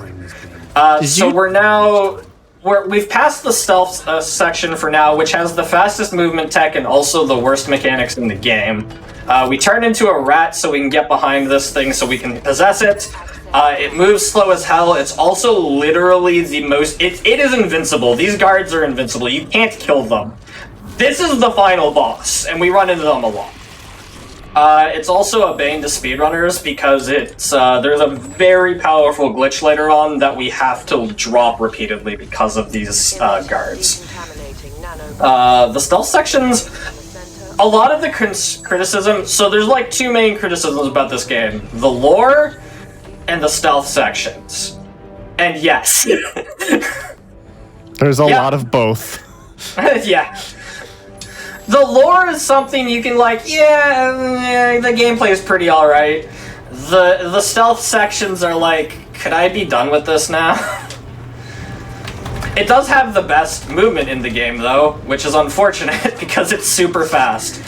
Basically, I don't know why this works, but the fastest movement, it's basically extremely similar to shield dashing in Symphony of the Night. The fastest movement is the very start of your dash, and the end of it is really slow. But for some reason in stealth sections, you can immediately try to throw a shadow dagger, and it cancels out of the dash. So if you just mash them both, you just get the start of the dash repeatedly, which is the fastest movement. So it really is shield dashing. It's literally shield dashing, yeah. Except you only have it for like maybe 10 minutes of the run, so you don't like destroy your hands doing it. So we are now... We saw Child Trevor again, who we've never met, and we followed him into a corridor, and now we are in past Castlevania. We are now... So I'll go ahead and use the explanation that Turbo Dog came up with. So in the DLC, which I have shown on your show before, one of Alucard's abilities is turning into a white wolf. And part of Alucard's abilities is an ability called Timeless Vision, which basically allows Alucard to revert things to a previous state. So the theory that Turbo came up with is that Alucard has some type of power which allows him to recreate the castle from his memories. And so all of this is essentially just like a pocket dimension of Alucard's memories. Which is what... Go ahead. Didn't you say he was dead? So Trevor Belmont... Trevor Belmont... So the story is that Trevor was... Okay, this is getting into the lore of the second game, which we just talked about didn't exist, but... or Mirror of Fate. So basically... Somehow, the Brotherhood of Light knew that Gabriel would become Dracula. And for some reason, their solution wasn't preventing that. Their solution was taking Trevor, Gabriel's son, away at birth, like basically hiding that his wife was pregnant and taking Trevor at birth and having him raised somewhere else. So Trevor in his like probably 40s, I think, because he has a son at maybe 30s. He has a son, but he's not like an adult yet. So Trevor finds out that his dad is Dracula and goes in to kill his dad. Spoilers, doesn't succeed, gets killed by Gabriel, and then in his dying breath reveals that Trevor is his son, and so Gabriel gives him some of his blood, which turns him into a vampire, which turns him to Alucard. So Trevor is alive as Alucard. Okay, so he was going to die, but when he got turned into Alucard, that prevented him from dying. Okay. Yes. All right. So the theory is that all of this section and all of the sections like this are happening in a pocket dimension that is accessible through Trevor's or Alucard's powers, which is why the only time you ever go into this area is when you see Trevor, who is essentially, or a white wolf. It's essentially you're calling on Alucard, and Alucard is granting you the powers to go back into this pocket dimension, and somehow you're able to take things out of the pocket dimension. That's... I feel like there's an easier explanation here. Is it magic? No. Okay. I feel like Trevor is helping you recover your memories, which is why then you're able to bring power out of it. Because you said her memory is all messed up after being asleep for 800 years. See, that would be a better explanation if the DLC wasn't Alucard coming into this pocket dimension and putting all of the stuff where it is. Look. No, I agree with you. It was a... was a good explanation. You didn't tell me that part.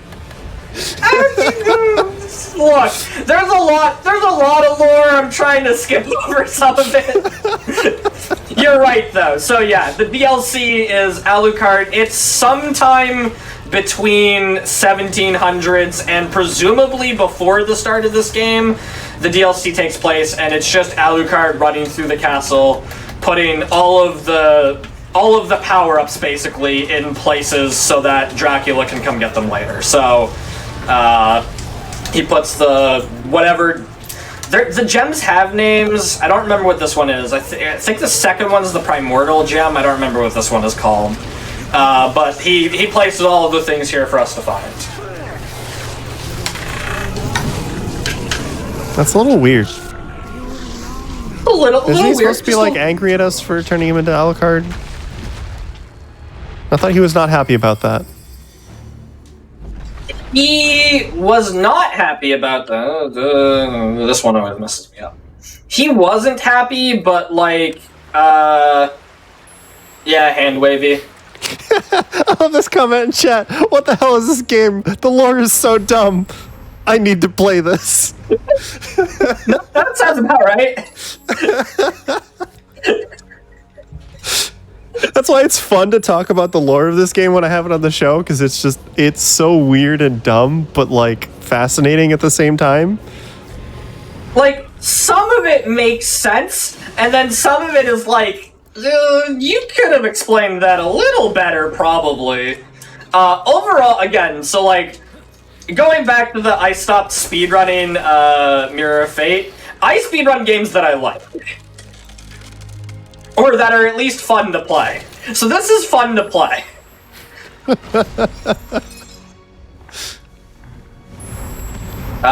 So we got we have blue magic back. Actually, while I'm talking about it, I'll go get the other thing. Technically, I don't need it right now, and I could get it at any time, but I'll just get it while I'm thinking of it.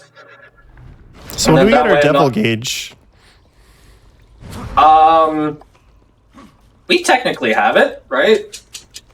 So this is the part of this where I admit that I actually haven't played Devil May Cry games, but I've got a magic bar on the bottom. That's basically a devil bar, right? No, devil gauge is when you like transform into like another form and gain a bunch of power?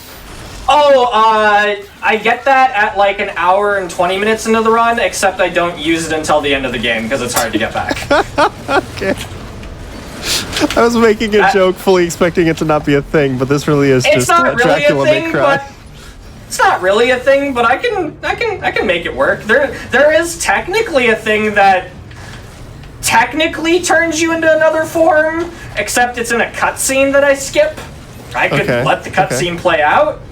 I don't think you need to do that unless you want to make Morbius jokes. No, I mean, I can make those without watching the cutscene. So Kid Trevor is being attacked by demons, so we're trying to save Kid Trevor. I don't know. It seems like we're swinging our sword directly at Kid Trevor quite a lot. Yeah, he's invincible or something, so I don't know why there's a problem here. Also, I don't know why he doesn't run off. He's just kind of like standing in the middle of combat. Trevor, buddy, please move. Alright, so we got a White Wolf Medallion, we stood on a White Wolf Medallion place? I don't actually know what they're called. You just go there and use the White Wolf Medallion, and then we follow this wolf out and we go back into the real world. I enjoy that. Remember, you can open the relics menu by pressing the down D-pad when you're playing New Game Plus. It's true, you can do that. So, okay. There is actually a really important thing that I didn't mention earlier.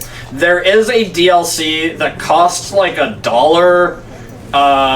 You don't have to run the game, like you don't have to own it to run this game. I am using it because it makes the game a little less grindy. It's not like a big deal if you don't have it, it's just nice to have. But basically, it's called the Transmutation Rune, and there are consumable items in the game.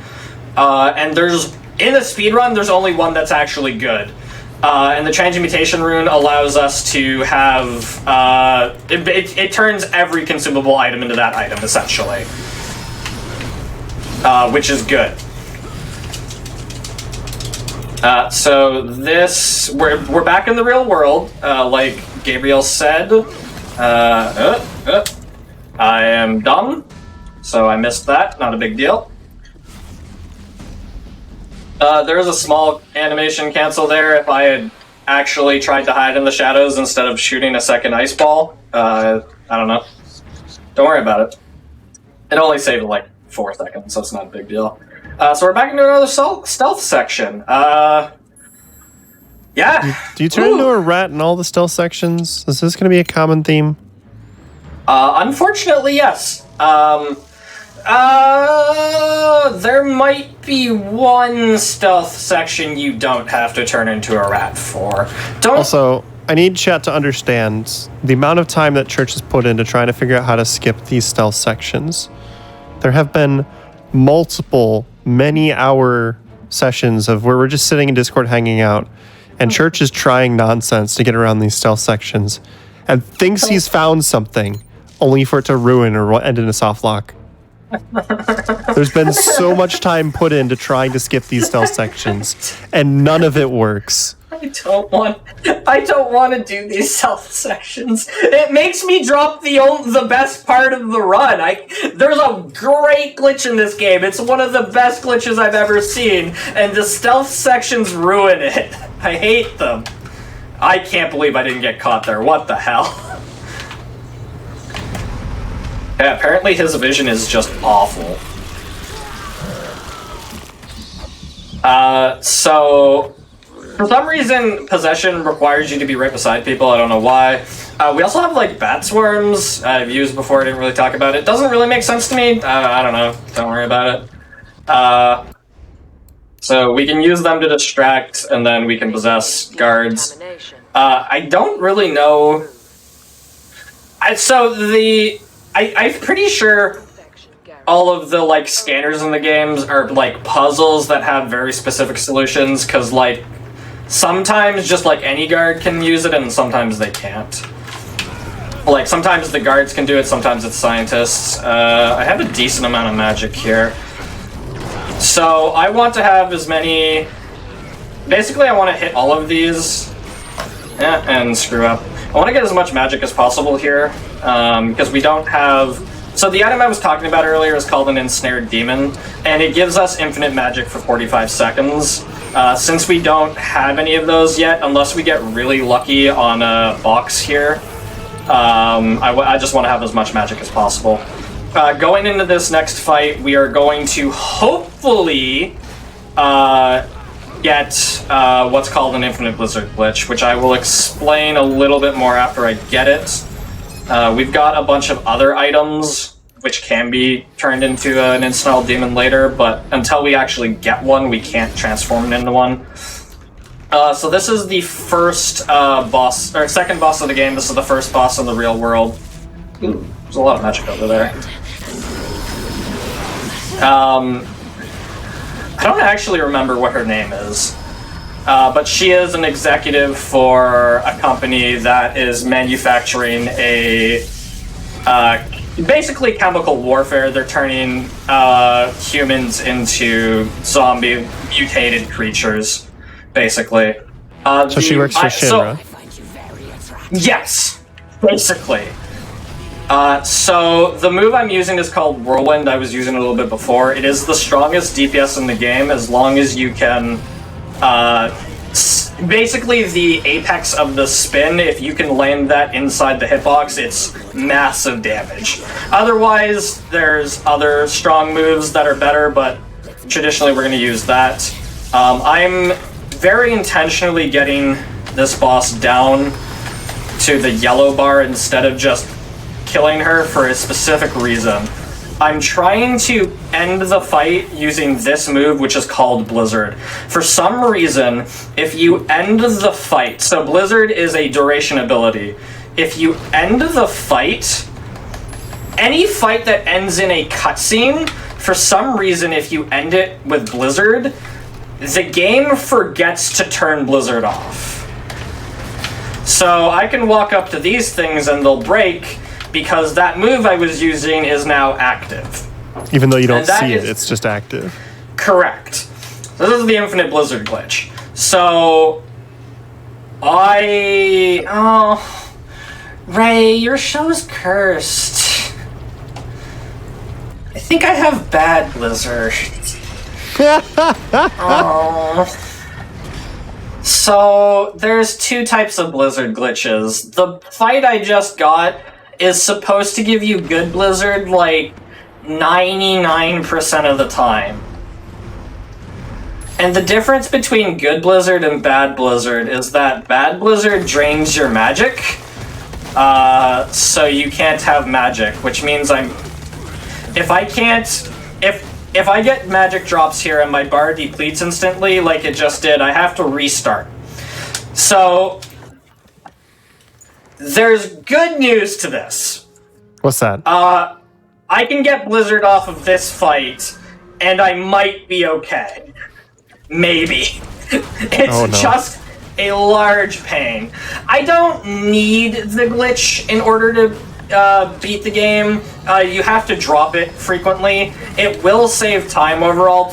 So I absolutely have to drop that glitch. I can't progress without magic. I technically could try and progress a little bit, but it's worth it for me to try and actually just get the Blizzard glitch here and have it be good Blizzard. If it ends up not being good Blizzard, I can use it a little bit and then drop it. It's not like the end of the world. I'll just blame your show for being cursed, and then we'll move on with our lives. So you'll just blame yourself for messing it up, is what you're saying? As far as I'm aware, it's completely RNG based, so... Which is actually not a meme. If there was a way to prevent it, I would be honest with it. So this is going to be an annoying fight because I don't want to actually use too much magic. I'm going to use a little bit of magic here. Because you need to save some to cast Blizzard at the end, right? Yeah, and also I don't want to, like, accidentally kill it, because that is just like, I just don't have Blizzard at all. And that sounds terrible. Did he just spawn more dudes? Yeah, they spawn eventually, which is a little annoying. His death always triggers cutscene, I think, so... I need to do a little bit more damage. Maybe?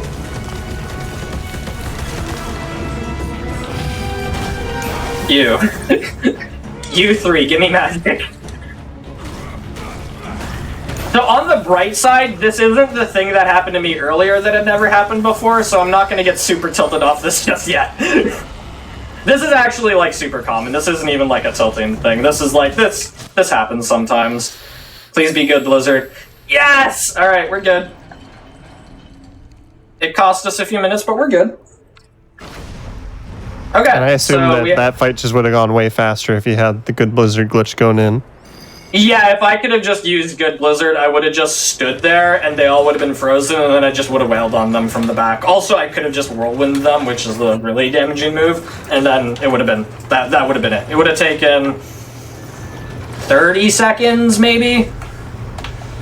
Compared to... I assume that was like 2.5 minutes. Which... It happens sometimes, it's not the end of the world. Like, there are specific backup strats for that reason. So, like, the Blizzard glitch can also, like, you can lose the Blizzard glitch by accident, or, like, if the game crashes for whatever reason, and I wish I wouldn't have said that, because the game's gonna crash now. You can lose the glitch legitimately, so, like, there are backups in place. There is no strat you need the glitch for, it just makes everything faster, because you can skip a lot of combat sections because you have it, it makes the combat trivial, it's just nice to have. Like, for example, this area here, I'm going to skip because I have Blizzard. If I didn't have Blizzard, these creatures will throw, like, poison mist at you, which just stops you being able to climb up. But since I have it, I can just freeze them all and then move on with my life. So here is... I'm going to probably waste more time doing animation cancels than anything else. Yeah, so you vault over it instead of using the animation cancel. We don't need to talk about it. We don't need to talk about it. I did a really good job of staying on and then immediately fell off. That was awesome. Alright, so this is a Chupacabra. He is stuck inside this prison. Typically, I'm supposed to actually move these, but that's slow, so instead I'm gonna just jump across.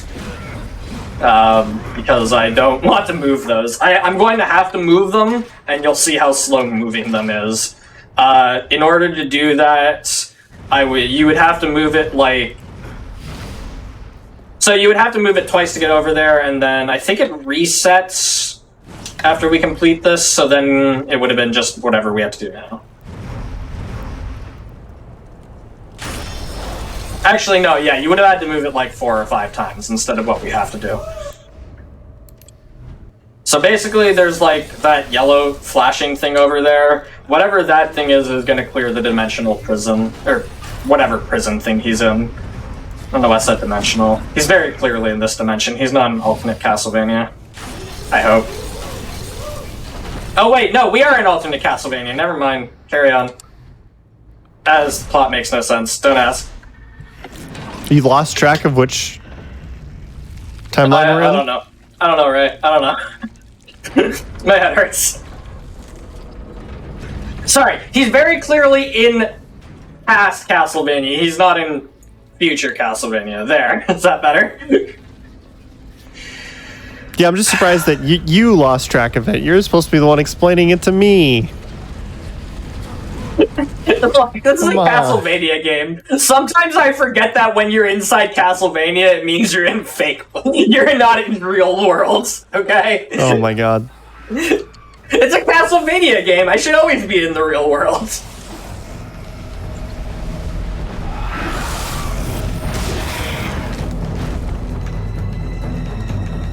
Okay, so we're coming up on the part where my "that's never happened before" thing happened, and hopefully it doesn't happen again. And so I know what happens, so I can just avoid it. But basically, there's a skip that I am going to do, and like all of the enemies missed basically. So I tried here. I'll try this and then. So Is it really gonna happen again? There we go. Hey! Okay. So all 3 of them missed. Like, the hitbox just didn't knock me up as much as it was supposed to for whatever reason. So I went to go reset the back up and try to pull them away. And apparently there's a distance where you can just despawn them. I like this comment from chat. The game's lore is like trying to do a puzzle, but each piece is from a different set. Yeah, that's pretty accurate. So we are now fighting the Gorgons. One of the Gorgons actually likes us and wants to help us, but her 2 sisters are jerks and say no, and then possess her and then turn into this creature. So now we're gonna have to kill all of them. So because we have the blizzard glitch, we have to come to this corner. If we don't come to this specific corner, the blizzard glitch will actually cancel out our magic and we won't be able to do anything. This is also kind of a scary fight, not because it's a hard fight, but because of some of the sections required to beat this boss and the blizzard glitch. Basically, every phase of the fight, we're going to do a certain amount of health, and then the Gorgons are going to slam their fists down. And you have to climb up the Gorgon's fists to get to the head in order to kill one of the heads. Which, while you're climbing, you're not supposed to be able to do damage. But we have Infinite Blizzard Glitch on, which means we're constantly doing damage. And the game goes, I have no idea what the hell is going on. And probably if you get if flashes or movie jumpy things are not your thing, don't look for a few seconds. But the game kind of freaks out, and you can get thrown into the abyss. You can look again. Oh, I can? So okay. it's very possible to get thrown into nothingness. Which means we have to restart, and anytime we restart, we lose the blizzard glitch. Which again is not the end of the world, it just means we're losing time. Ow.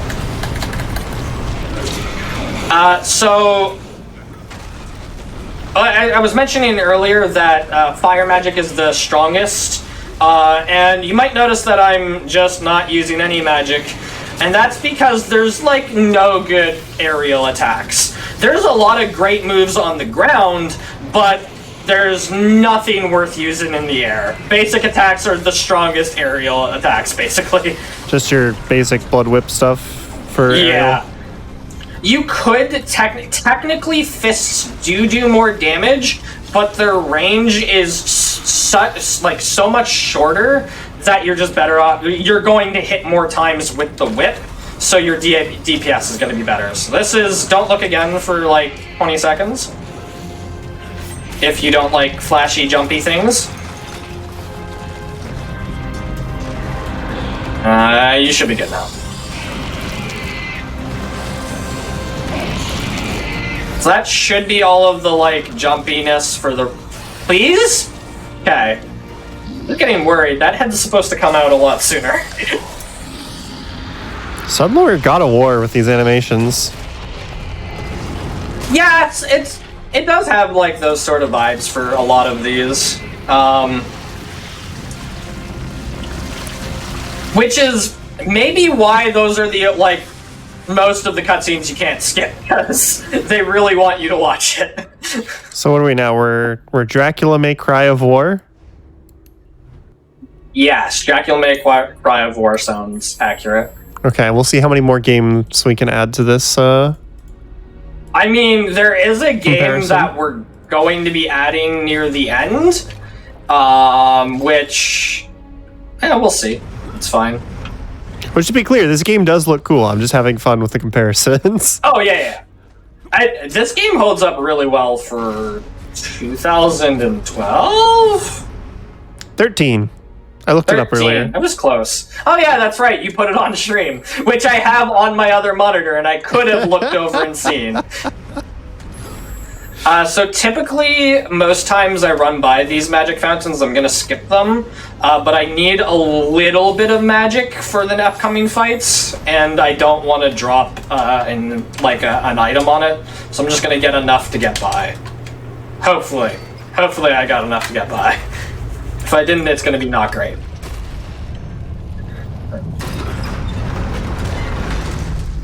Dracula's hair is doing some things.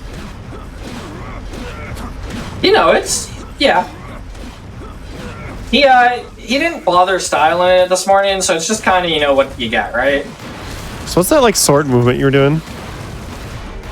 So the fastest movement in the game is the thing in the stealth section. The thing with the sword is kind of mirroring that, or trying to replicate that. Basically, I'm using the sword animation to cancel the sword swing to cancel the last part of the dash, so that I can reset it faster. So it's less good shield dashing. Okay. So this is, I guess it is worth noting, technically there is a route where if I had missed the skip that I was going for earlier with the harpies, technically I could skip this fight instead, because I have the infinite blizzard glitch, because the alternate path requires you to fight 2 guards, which drop 2 keys, but you only need to use 1, so I would have an extra one here. But it is a little bit slower. But there is that backup strat. I'm gonna try this one. So I got this animation cancel. This saves no time. A lot of the animation cancels, so this is where I admit I know generally the ones that are faster, and there's some that I'm like, I don't remember, I'm gonna try it, and I'm like, nope, that's not faster at all. That one I know isn't faster, but I did it anyway. So we are coming up on the Chupacabra shop.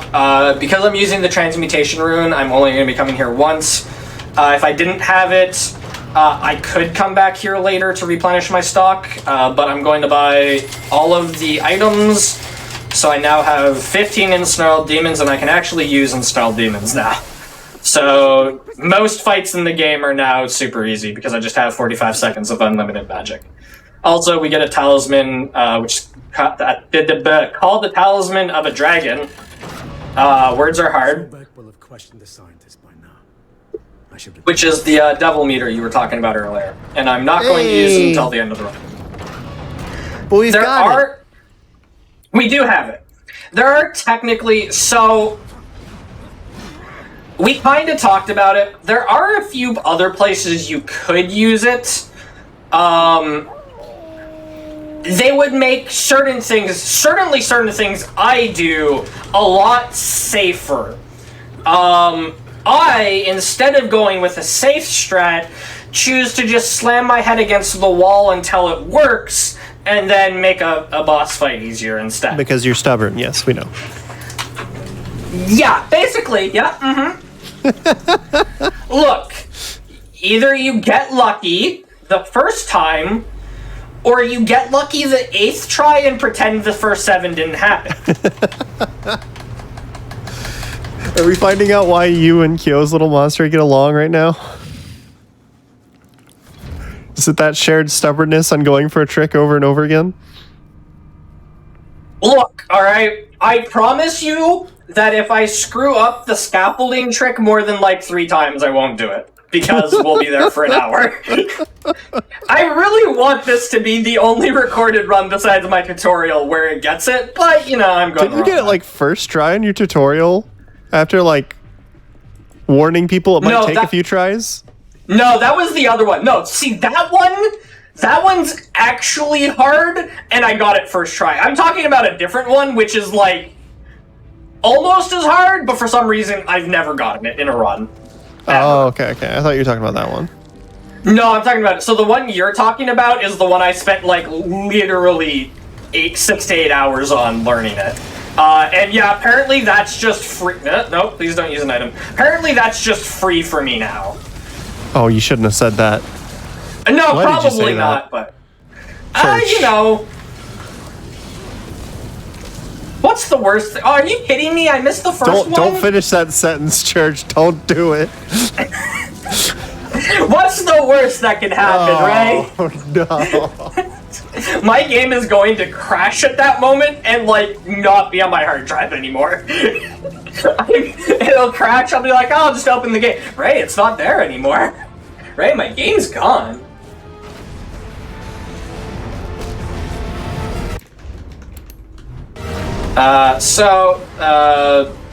This is like a very long, kind of like going from one point to another thing. We do some things, but like, none of it's really, it's basically just going from one point to another. So we're gonna be traveling from... There was a point in time where I knew the names of all the districts. Now is not that time. There's a science district and an art district. And 2 other districts, and I don't know where any of them are. I know we're downtown, I don't know what district that's in. But we're traveling from one part of the city to the next, and we have to, like, crawl through buildings and turn into a rat, and we're gonna have to, like, go through a hospital and, like, break some stuff, and this part's kind of just like, yeah, you're just kind of going from one part to another.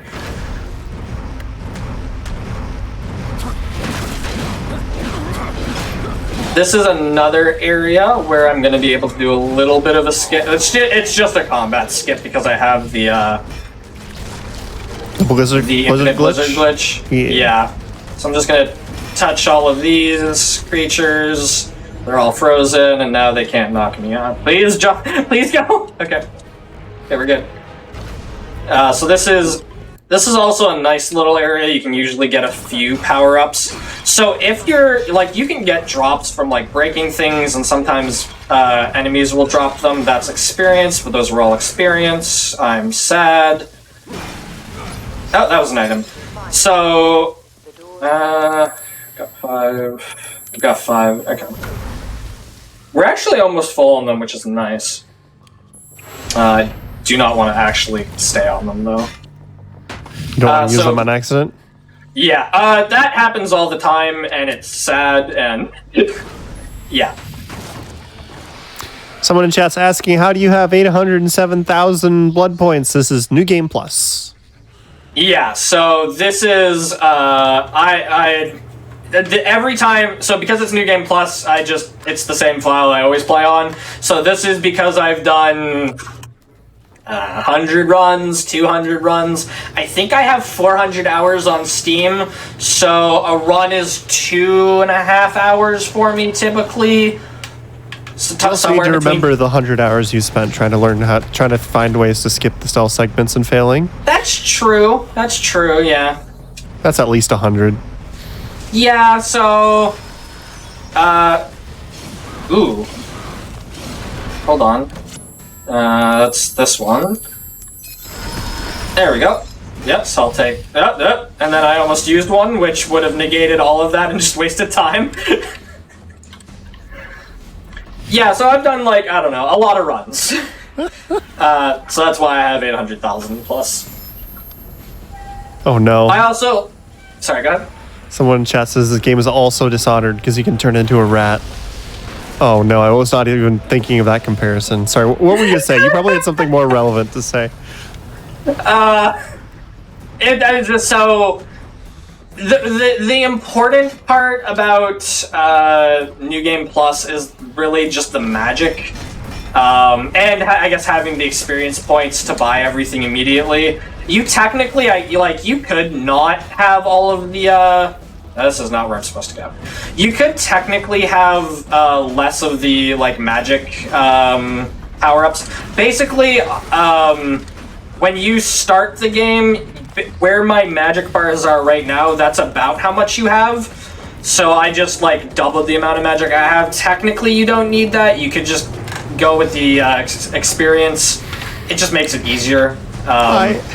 I love that the enemy getting frozen right outside of the elevator just completely gave away the fact that's not a real elevator. Did you notice that? The doors closed, but you were still getting healed by hitting him with Blizzard the entire time. and then he just despawned and it moved you to a different place of the map as soon as it loaded. I didn't notice that. That's amazing, though. Oh, crap. That's not great. I should have gotten. We're going to waste a little bit of time. That's fantastic, though. We got a little bit of a peek behind the curtain because of your blizzard spell. Yeah. I could tell because you were getting the little, like, tiny heals from it since it drains health. So, if for some reason I had dropped Blizzard, I could get it here. It would be a pretty stupid idea for me to do it, because I had to drop it pretty soon. But I could get it here.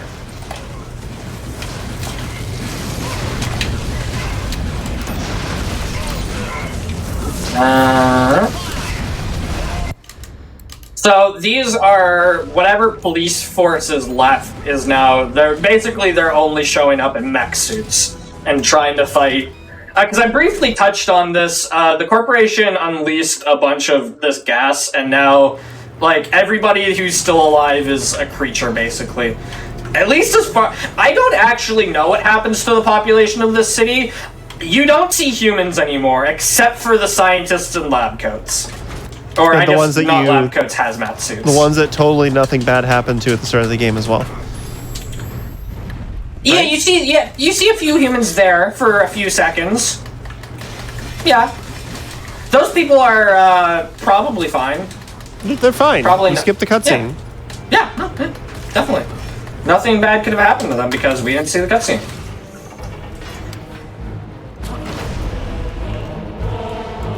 This is another small section. Like a lot of the time saved from Blizzard, just besides the extra damage you get on bosses and stuff. A lot of the time save is just because like I can do this, whereas otherwise I would have had to have fought them.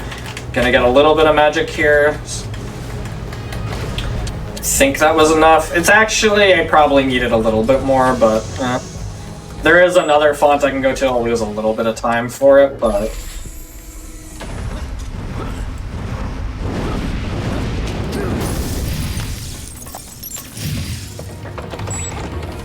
Isolating decontamination area. This is all very, very, like... Do not make sudden movements. This is like 20 minutes of, like, no plot, just going from one point to the other. It's, yeah. It's a thing.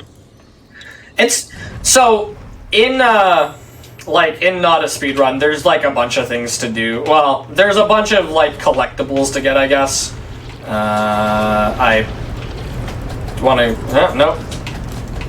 I probably could have gone down that path, but there was like a bunch of enemies, and sword dashing will like lock onto them. So because of where they were, I just kind of took the longer path. This area can be a little bit annoying because so fortunately you don't fall all the way down. I guess I can show that off. You don't fall all the way down, but just falling off at all does waste a little bit of time. Nope, we are at... I could have just gone, apparently. I can't... I'd already inputted the down action, so I couldn't stop. But... I had to be very careful here, because, like... I try to do it, like, when I'm going very fast. I try to, like, do a jump over that ledge and then, like, use combat abilities to, like, close the gap. But if you fall, you go all the way... You fall to the bottom of that climbing section, so it's not worth it.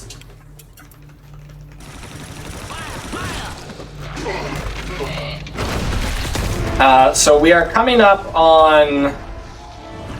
we're coming up on the next stealth section. We got, like... If I'm not bad at a skip, about 2 minutes. If I'm bad at a skip, 3 minutes. And then after that's probably a good time to take a break. Okay, sounds good.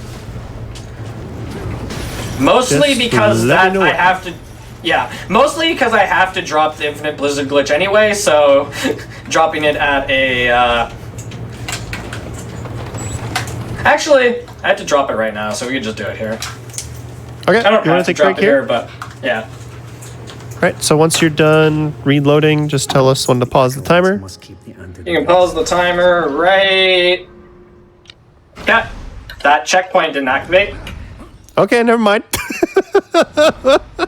We're gonna come back, get back there, and then we'll do it again. Is there normally a checkpoint there, and you just Yeah, didn't hit the it? checkpoint there. I guess I paused a little before, so that so that was another. It's like an elevator that checkpoints you, and then you're supposed to be able. It's like it opens to another room. And typically you're supposed to be able to, like, as soon as it starts, you can just hit checkpoint and then it'll go to the next area. Like the checkpoint opens you at the bottom floor. I guess that didn't happen.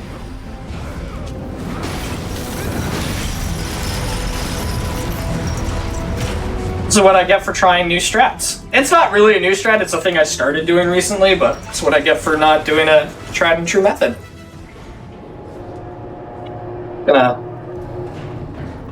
Let's just, here, I won't reload the checkpoint. I'll just, right here is fine. I'm good.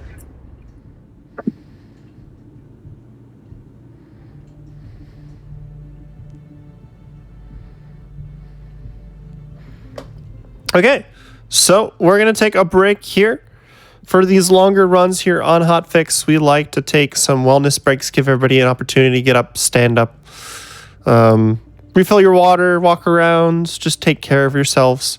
So make sure that you get an opportunity to do that. And while we are on our break, we would appreciate it if you would consider subscribing, as Hotfix is funded in part thanks to your subscriptions and bits. And also, as a quick reminder, we've got more Hotfix coming up tomorrow, starting at 7 p.m. Eastern. We've got Game Masters, followed by Time Capsule.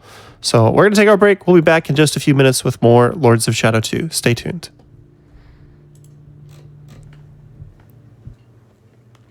Welcome back, everybody. We just took a short break partway through our Castlevania Lords of Shadow 2 speedrun here with Church and Sarge. Just giving everybody a chance to get up, stretch, take care of yourselves. We like to do wellness breaks here on Hotfix. So we're going to be getting back into this speedrun in just a minute. So why don't you give us a countdown, Church, and we'll get right back into it. All right, on go, 3, 2, 1, go. All right, so this is a... Oh, I missed that cycle. Right, because we were paused. That makes sense. So this is... I'm going to go for... This is like a super not, like, dangerous strat. It'll waste a little bit of time, but basically I'm going to try and cut as many cycles as possible. So as soon as the lightning's up, I'm going to come up here, and then I'm going to jump across and skip that cycle. And then, because I don't want to wait around, I'm going to jump across these, and then skip all of those cycles. Alright, easy. Never failed that before, ever once. I don't believe you. I don't need you to doubt me. We could have just moved on.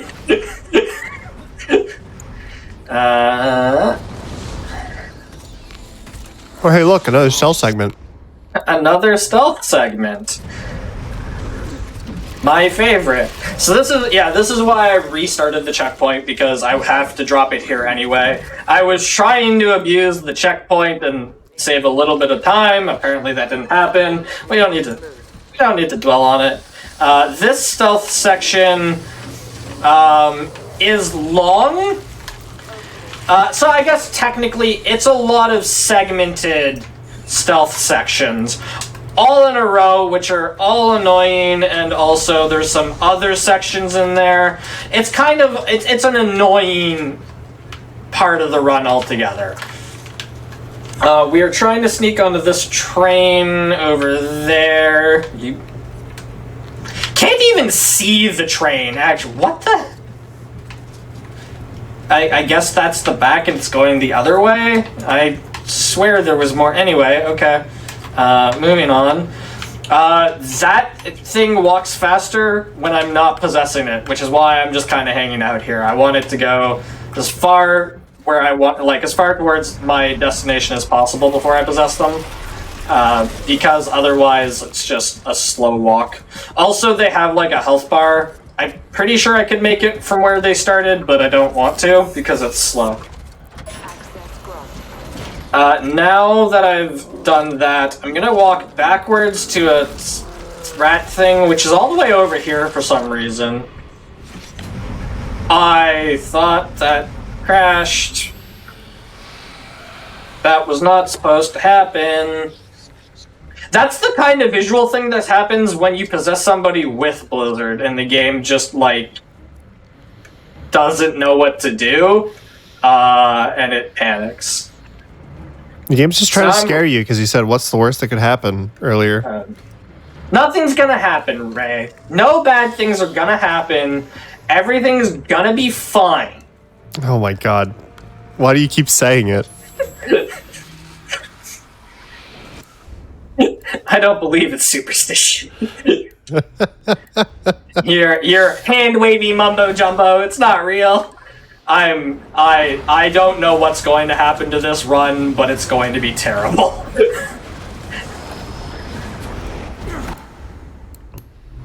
So there's this like creature on the train, and we're gonna have to fight it like 8 times, and yes.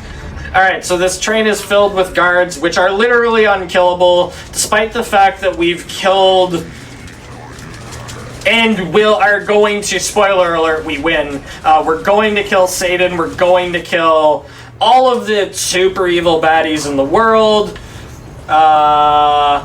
For some reason, we can't kill these... Whatever, I don't actually even know what the hell these are supposed to be. So they work for the Shinra equivalent? Are they working for Satan? Like, what are they? Yeah, they work for the Shinra company. They're called Golgoroth guards. I assume they're, like, genetically enhanced or something, but I'm not sure why it makes them literally unkillable. But it does. I like the answer in chat. Satan should just be wearing that armor. Right? Yeah, no, it would solve everything. Alright, this is the only part of the game that I had to look up how to beat this. So we're in this area. That thing's unkillable. We can't do anything to it. And it's walking towards us. It's going to find us. There's nothing we can do. Batting it just distracts it temporarily. So clearly it's a he just turned around. He didn't. So yeah, I spent 10 minutes on this, and then I had to Google it, and it's just like, yeah, no, just wait. You were just being impatient, yeah? Well, I suspected it was like a puzzle or something, because why would somebody walk into a train cart to investigate something, and then only investigate half of it? You're not thinking enough like a video game developer, Church. Yeah, clearly, and that's my problem. That's a pretty common trope, if anything. Yeah, I'm not sure how we've known each other for this long and you don't know this. I've not played as many video games as you think I've played. So what's this, like, meter in the bottom middle of your screen that, like, fills up and then drains if you get hit? If you fill that bar up so that bar fills up when you are using just the basic melee. And once you get that bar filled up, all of your hits will drop magic orbs, and you can hold in on either the right sticks to turn those magic orbs, to incorporate those magic orbs into your magic bar. So, right stick is the chaos magic, and left stick is blizzard. Yeah. Ice. Yeah, void for blue. But yeah, exactly. And we only really care about blue magic because blue magic gives you the whirlwind, which is the strongest attack in the game. So yeah, anytime, specifically because I want to try and use as little ensnared orbs as possible. We actually do have a decent amount of them, but I don't want to use it on this fight, if possible. I do want to avoid him dropping down. So that... please don't kill these things. Because we avoided him dropping down on us, we actually... this creature dropping down on us, we actually save like 15 seconds. Typically, the creature will like drop down on you and you'll enter like a QTE, which there's a lot of QTEs in this game, but you can disable the QTEs and then it's just you watch a cutscene. So typically we get like a 15-second cutscene where they just drop down on us and like attack us, but because Is that how you're doing those QTEs so fast earlier? They're just popping up and going away instantly? It's just like they don't even pop up. It's just like you just get a cutscene. Okay. Yeah, they don't even pop up. It's just like This should be a QTE, but it's not because you have them turned off, so you just get to watch a cutscene. You always succeed as quickly as possible. Which is nice in a speedrun, but to be perfectly honest, I just don't like QTEs, which is why I turned them off initially. Fair.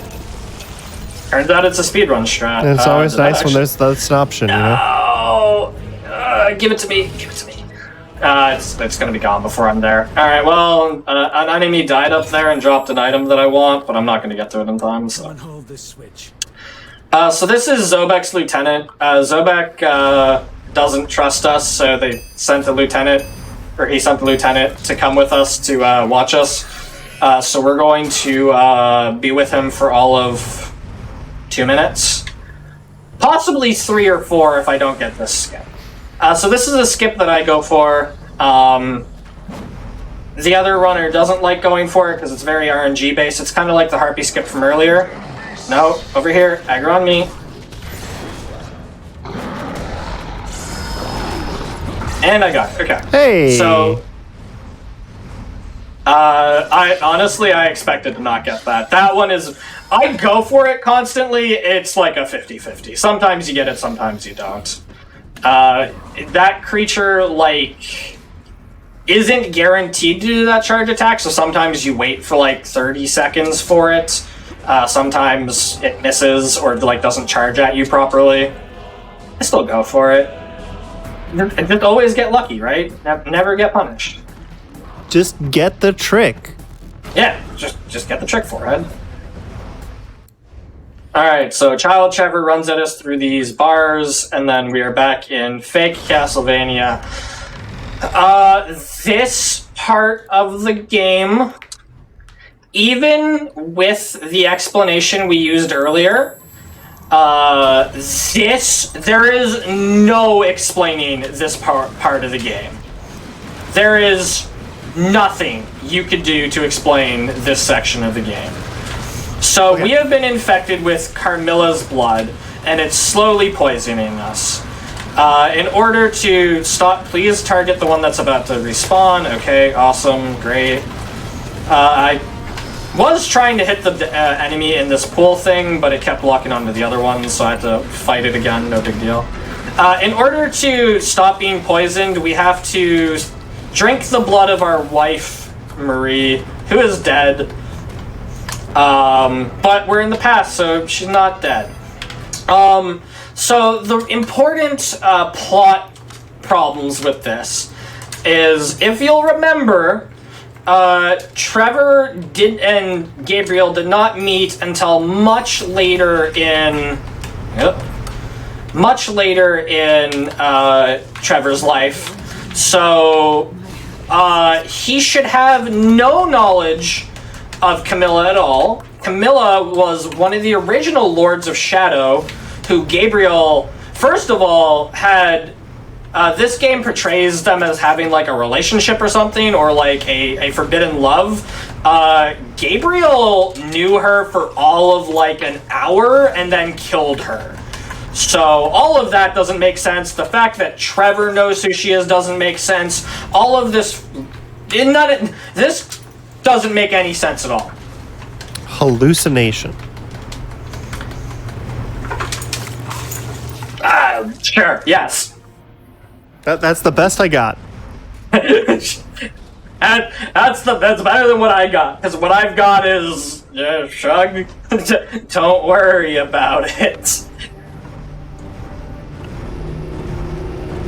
So, on this boss, I could technically get Infinite Blizzard, and I would have it for all of 2 minutes. So I'm not going to. Also, oh my god, I actually got it? I was about to say, I was late on calling it, but I was about to say, this is the what could possibly go wrong moment, where I'm just stuck on that for like the next 10 minutes. That is a 50-50. You have to choose, one of them is Carmilla and one of them is your actual wife, and you have to choose correctly. If you choose incorrectly, you lose and have to restart. which you would go, oh, it's a 50-50. So I've spent 12 tries on that before. Is it a thing where like you get time and there's ways to tell, but you just try instantly because why not flip the coin kind of deal? If there is any way to tell which one she is, I've never known it. You might be correct. There might actually technically be a way. I've never. Oh, I was assuming like if you don't do it instantly and you wait, you might get something. Maybe. So it's been a while since I played the game casually. I don't know if what you just said is true. It makes sense, but I don't know what that would be. So maybe it's just because I'm an impatient speedrunner. Like the spending 10 minutes on the guard that turns around.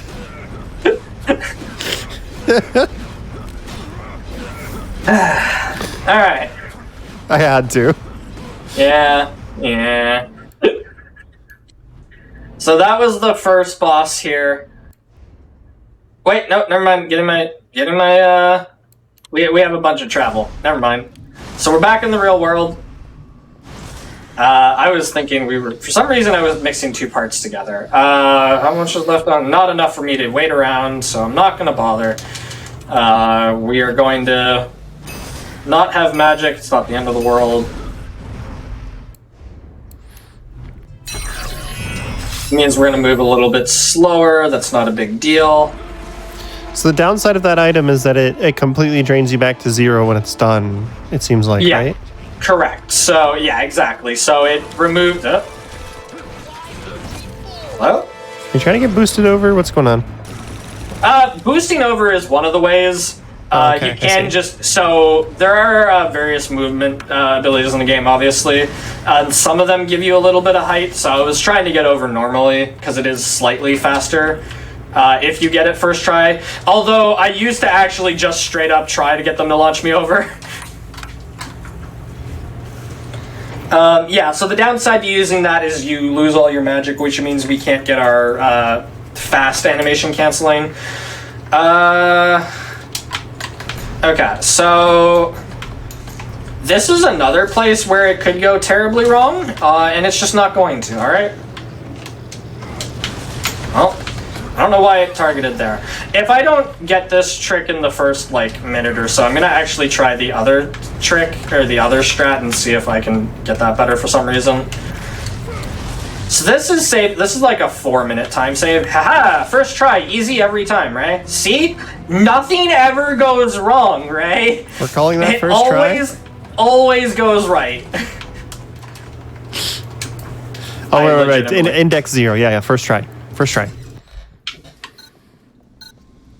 Yeah, I mean, so the reality is I'm at the second part, because the second one's the harder jump, but yeah, technically you're correct, I did miss the first jump once, but that is still 3 less tries than normal, so...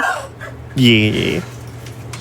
So that trick is difficult, because the first part, you're relying on your attack. This is like a 40-second, I have to sit here, by the way, so I'm just going to put the controller down. You have to rely on your heavy attack going in the right direction because it tries to lock onto enemies, so sometimes it'll try to lock onto an enemy even though it's below you, and it'll take you off course. The second one is difficult because there was a piece of wood sticking out from the floor. And there's an invisible wall that you have to jump over and then land on that piece of wood. And then you have to carry your momentum and jump immediately, basically, to try and get the height in order to get where you're going. So that's why that's hard. And the fact that I got the second jump first try is actually surprising, because normally takes me a few tries. I was fully prepared to do the other strat, which I normally don't do, because I actually had to learn that strat for the tutorial. I never used to do the other strat. I was fully prepared to just go, I'll do the backup strat, I guess, and then have to nail that. So, I got another Golgrin guard. This is the cure, which we get, and then I don't actually remember anything else about the cure, just that we get it. Oh, there is actually one more human. I lied. There is one more human we run into in this entire run, and they definitely survive. Were they in the building that just blew up? No, we haven't. They haven't been introduced yet. We do run into them though, and they definitely are. So technically, I'm also excluding the Acolytes of Satan because I just assume that they aren't fully human anymore.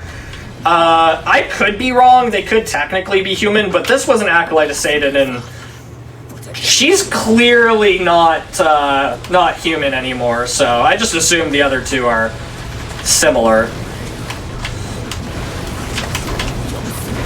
This is actually going really fast. Could you? There. Oh, it's because I'm on this. That's why it's not working.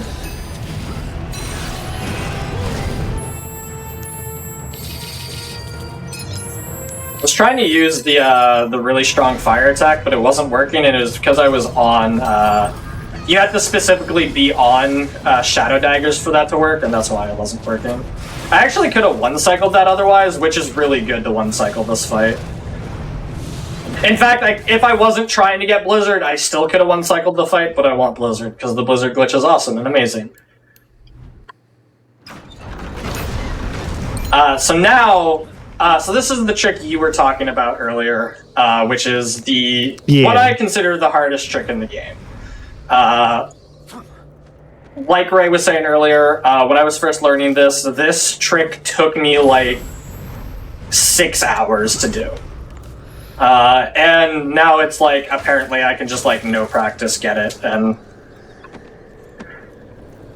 let's see. Nope, not first try. Also, I wasn't on miss, so I basically did none of the prep work on it. So basically I'm trying to abuse the geography of the game to think that I'm above ground when I'm not, so that I can reset my ground abilities, which gives me an ability that raises me into the air. I didn't even do this there. So yeah. I didn't get it first try, but like the fact that I got it in like 3 tries is huge. I remember when you were learning that, you were in a Discord call going, oh, that one was close for like hours. Yep. That was, I'm pretty sure I got it once at like the 4-hour mark, and then it took me like another hour to get it a second time. That sounds about right, yeah. Yeah, so... oh, this way. Surprisingly, it's actually harder on Dracula than it is on Alucard, because you have to do that trick in the DLC too. You have to do that skip.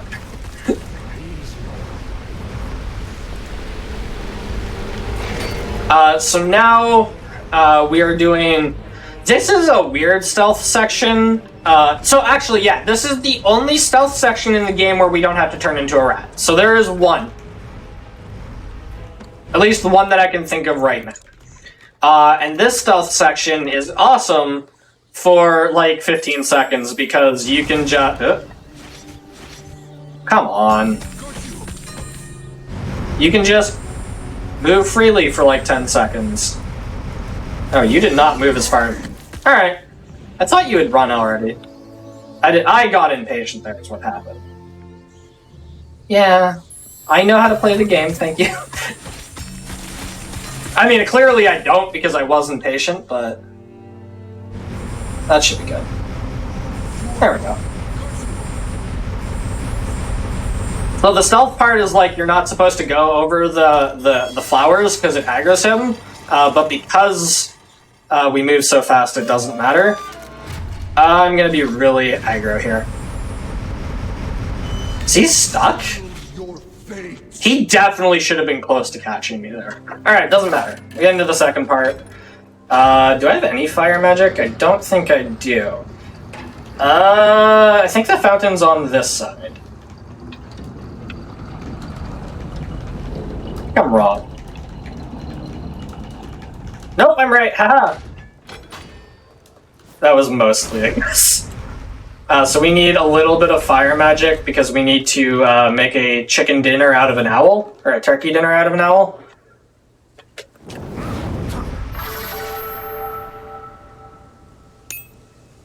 Now we have this delicious turkey dinner, or chicken dinner, or whatever.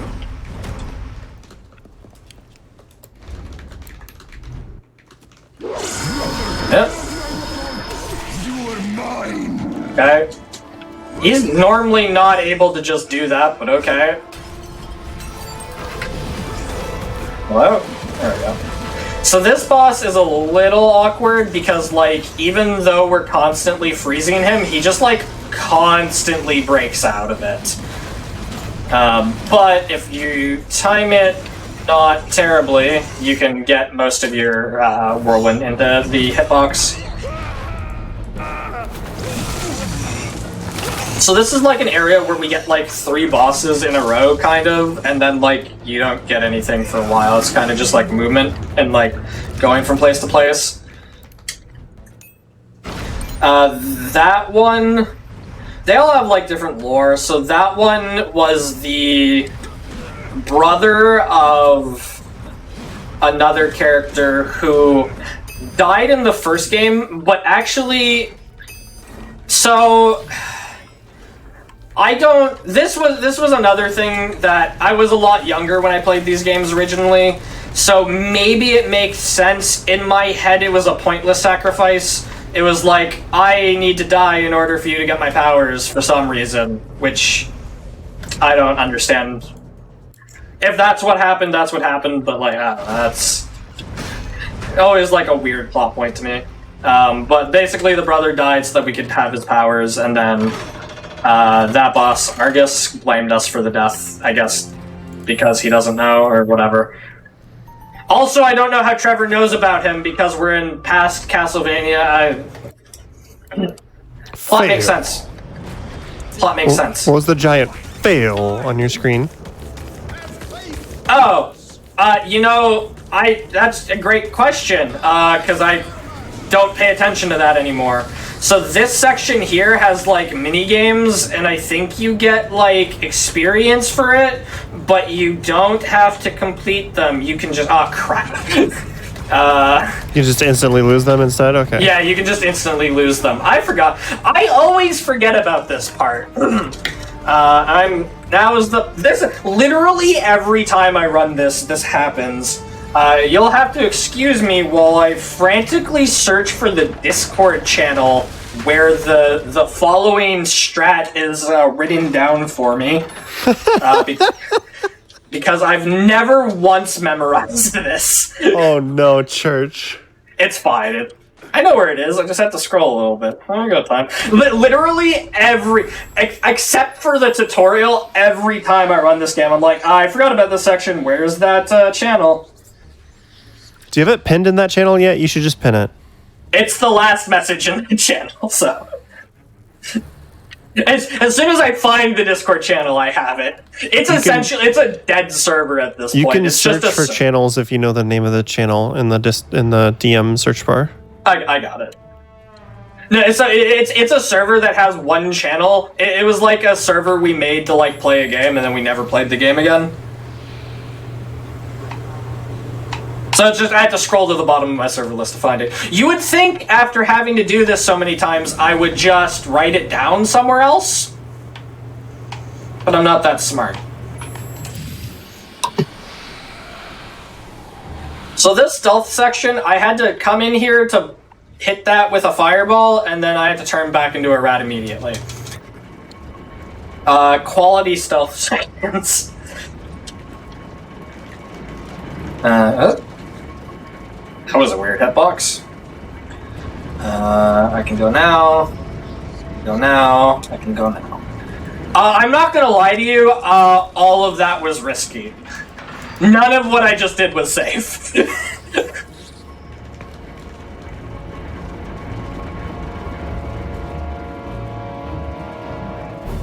So now I can get out of this rat section. Is this the last rat section? It might be. No, it's not, I don't think. I wish it were. There's one more, but actually no, we don't have to turn into a rat, so I think this is the last section.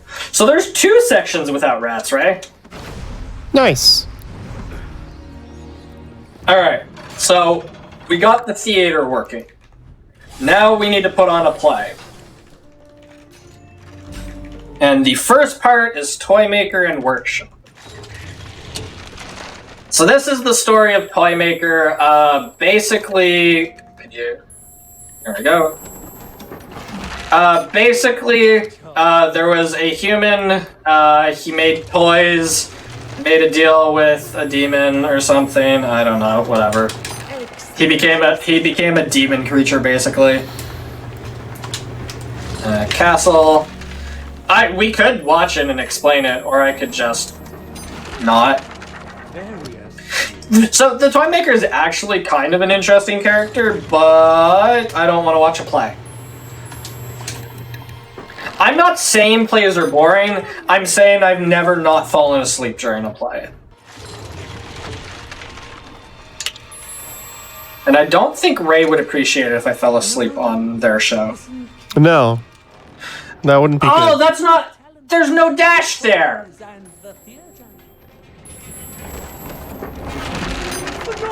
I lost 300 experience points. Oh no. Oh no. Alright. Notes are gone. Alright. So, Ray. Earlier, I said, what could go wrong? And you said... No. I told you not to finish that sentence. And you brazenly finished it anyway. So, what could go wrong? I could get grabbed by the final stage of Toy Maker and softlock the game, causing me to have to restart, and... Oh, is that like, because you get grabbed, but you have Blizzard glitch, so you'd be infinitely frozen while you're grabbed and you can't get out of it? Yeah. It's actually, sorry, it's not the final stage, it's the first 2 stages of Toy Maker. But yes, exactly. If Toy Maker grabs me while I have Blizzard glitch, yeah. Yeah. Come on, Sauron Ganfarix, don't fall asleep now! So I'm preempting a second demon so that I have magic immediately so I don't get grabbed, because that would be bad. Because, yeah, I would like to not softlock.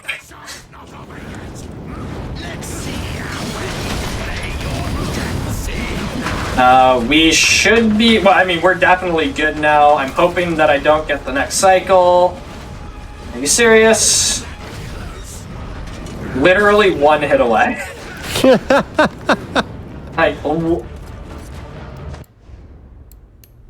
Okay, that first part I've never seen before. What the hell? I was legitimately terrified. That doesn't... It's just supposed to go into the cutscene with him holding him.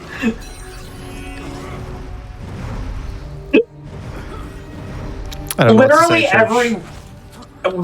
every weird thing that happens to me now is terrifying, because now I'm expecting it to be like a game-breaking bug. Like, because you challenged fate earlier? Yeah, a little bit.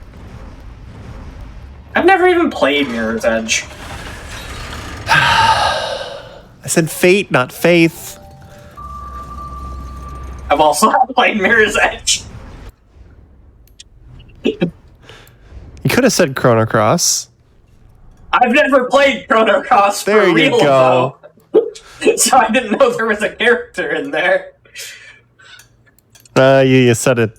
You said it eventually. We'll count it. Oh, that's more generous than normal. I appreciate it. We're back in the real world. Woo! We don't have to... Never mind. I was gonna say no more bosses in the fake world, but that's not true. So now that we have Mistform, we can go this way. I don't actually know what this building is. Oh, no, I do. Yeah, this is the Zobek's headquarters. It's apparently right in the middle of... Ooh, please let me go back up. Please let me go back up. I want that. Thank you. Items are always good. Especially for any of the times where I mess up and I use like an extra 3 and actually, how many do we have? So there's a few areas that are like, yeah, you could probably use one here and you'll probably not run out for like of them on the final boss. So let me check. 2, 4, 5, 9. 2, 4, 9. I think we're good? I think we have enough to just... That's not where I want to go. I think we have enough to just, like, not care and drop one at every point possible.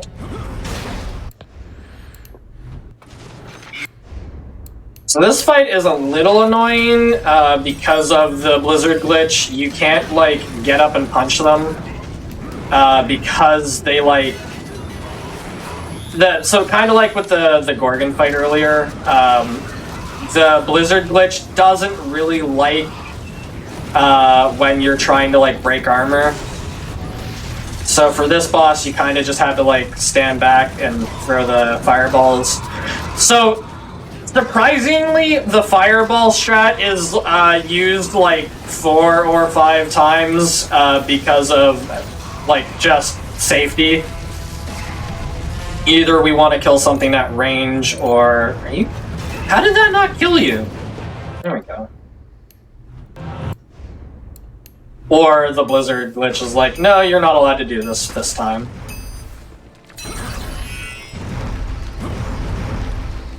I don't even know what's over there. I don't know why I would ever try to go over there.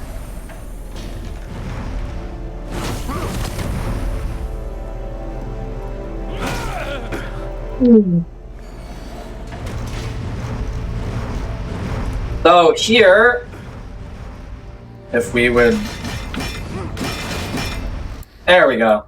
So here is a cutscene where we're introduced to the Hooded Man. How much magic do I have? Absolutely none. Hold on, let me do a quick math. Actually...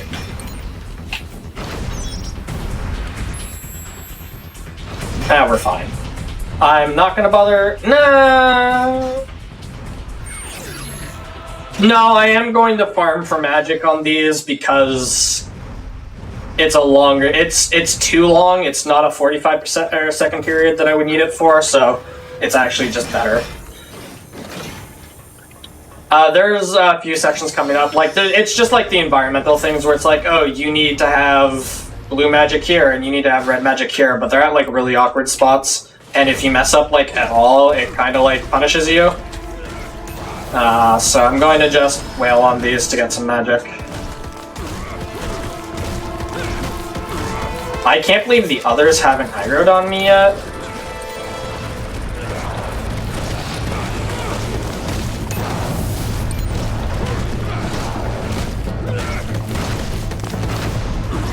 I'm in there.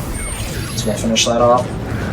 Alright, so I am going to try this trick for 2 minutes once I get to it. So 2 minutes after the fail, because I'd had to clear this room at. So basically, this is the trick that has never been completed in a recorded run. So it's a 2-step part. First, I have to use this, the momentum of this, to get myself over to where that purple line is. And I'm gonna do that by not like that. I'm gonna fall, so we're just gonna go ahead and kill these. Otherwise, they're just gonna shoot at us, and then that's gonna make it even more difficult to complete. If we're lucky, they'll drop an item. If we're not lucky, they did drop an item. Alright, so that's even better. It was clearly just farming for an item. So the first thing we had to do, we had to get the momentum put in us in this direction, and then we have to kind of get a little bit of momentum going just so we can get to that other area. And we can use the mist to kind of help us out there. Now from here, I'm going, not that. I'm going to jump and then do an area and immediately fall off because the game hates me. So, like 80% of the time, doing that move will put you directly on the railing and not let you fall off. And then the other 20% of the time, I'm on the show, and then it doesn't work. Oh, I thought you were gonna fall and you ledge grabbed. So I actually was worried I was gonna fall too. Sometimes you'll ledge grab there, and it's nice. And then okay, I've never recovered that. Okay, that's cool. All right, I'm gonna have to do the. It's not working, so I'm just gonna have to do this. Come on. Oh, okay, awesome. So that is the hardest part of this trick, is landing up there and not falling. Specifically the second beam. So basically what I'm trying to do is I'm trying to use the railing to get me up on that upper beam. And then from there I can either jump up or jump across, either way. I'm going to jump across here. Alright, there we go. I completed it in a recorded speedrun, right? That's a lot more difficult than it looks. That trick is... That trick is a nightmare. I actually forgot about this waterfall. I'm glad I picked up more blue than I normally would have. I might get knocked off here. If I do, I'll just fall back down. What would be your recourse if you didn't have any blue magic there? Just have to stop and kill that guy, or what? I would have just... So I do need blue magic. So yes, I would have either killed them or just dropped an ensnared. I did have blue magic. I don't know why I'm killing these. I don't need to. I have blue magic because I remember, like, these. I just forgot about that specific one, so I was rationing out, like, I need enough blue magic for this. And I completely forgot about the wall. But yeah, I probably... in that scenario, I would have just dropped an ensnared demon, because all of the areas are right next to each other, and just hoped I didn't mess up. Nope, need to be on mist.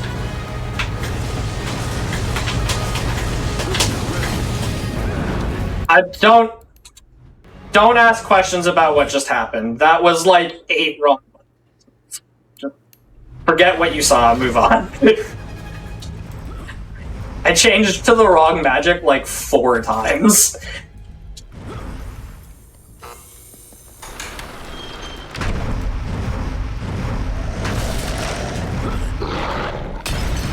Alright, if anything bad is going to happen, it's going to happen in about a minute on the next fight.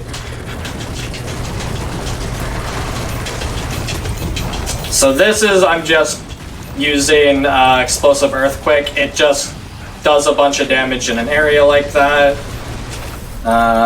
There's one more. So it does have like a small recharge period if you fully drain a magic, so that's why I just switched to blue. Everybody should be dead. So I'm just gonna go on. Okay. So this boss fight. Oh, I still have magic. Alright, so I'm not at risk of anything bad happening while there is a health bar up. However, anytime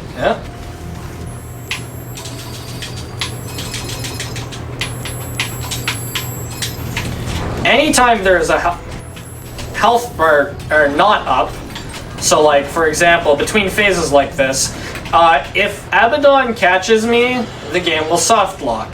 Now I've never experienced this, and I don't know if it's like console exclusive or not, but if Abaddon catches you, some people have soft locked and their files have been corrupted.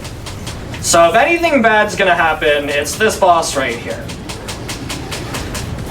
Conveniently, the safe strat's also kind of fast, just because of where his hitbox is, because you have to hit that green orb thing, and there's no good aerial attacks like we've discussed, so the fireballs are actually just the fastest way to kill Abaddon.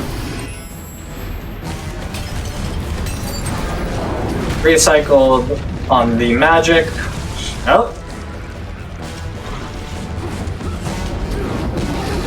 I forgot that attack existed.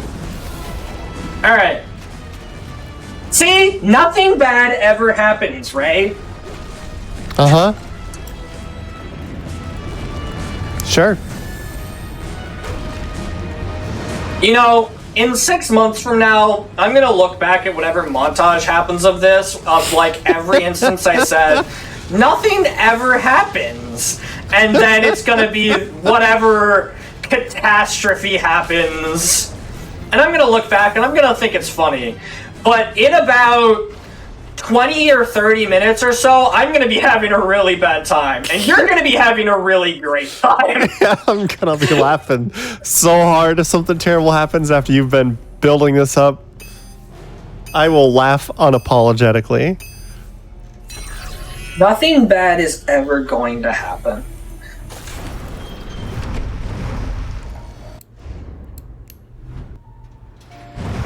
I'm also wearing the ruby vest, not that you can see it really. Alright, so this is one of the areas where I could use the Devil May Cry Devil Meter thing and make my life a whole lot easier. Instead, I'm going to wonder why this thing's not getting frozen. Instead, I'm just gonna freeze all of them and hope. So I have, oh, don't do it, don't do it, we're good, we're good. I have a really long climbing section. Nobody's gonna hit me, right? And before anything happens, if I get shot here, it happens sometimes, so it's not the worst thing in the world. Which means it's not gonna happen. Great, awesome, good. See? Nothing bad has ever happened once, right? Oh my god, Church. Why? Not one single time. Why are you like this? Not a single time. You know, there was something I meant to check during the break. So now, I'm gonna try it right now. Ooh. Okay, it is working. Okay, we're good. Burn quick through the cellars.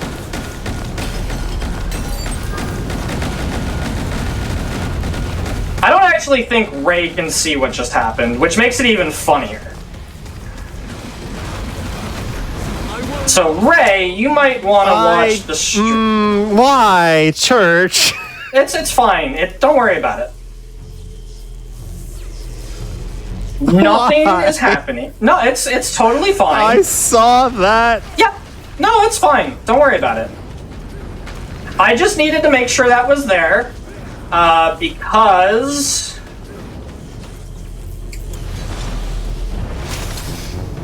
Yeah, we're good.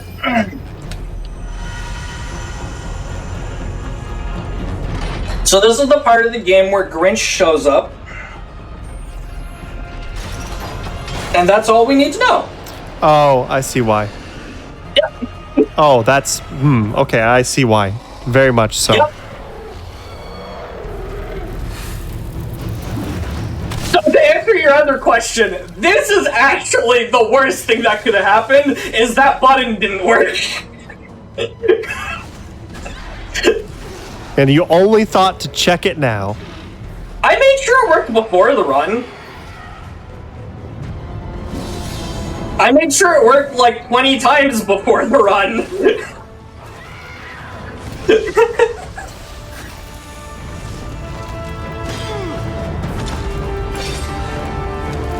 Alright, Grinch is gone. Alright, the last human alive. His name is Victor Belmont. He is the last remaining Belmont. Also, in case you were wondering, right, no, that cutscene's not skippable.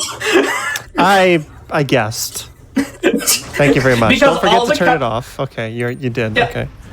got I it. literally can't see when you have it on or off. I know. So. I realized, like, as soon as I pressed the button, it's like, Ray can't actually see what's going on. So this is Vector Belmont, and he is the last remaining Belmont. He is going to live a very long and prosperous life. So, someone's very curious in chat. There was gore, but that's not the reason why that was up there. Well, we'll just put it that way.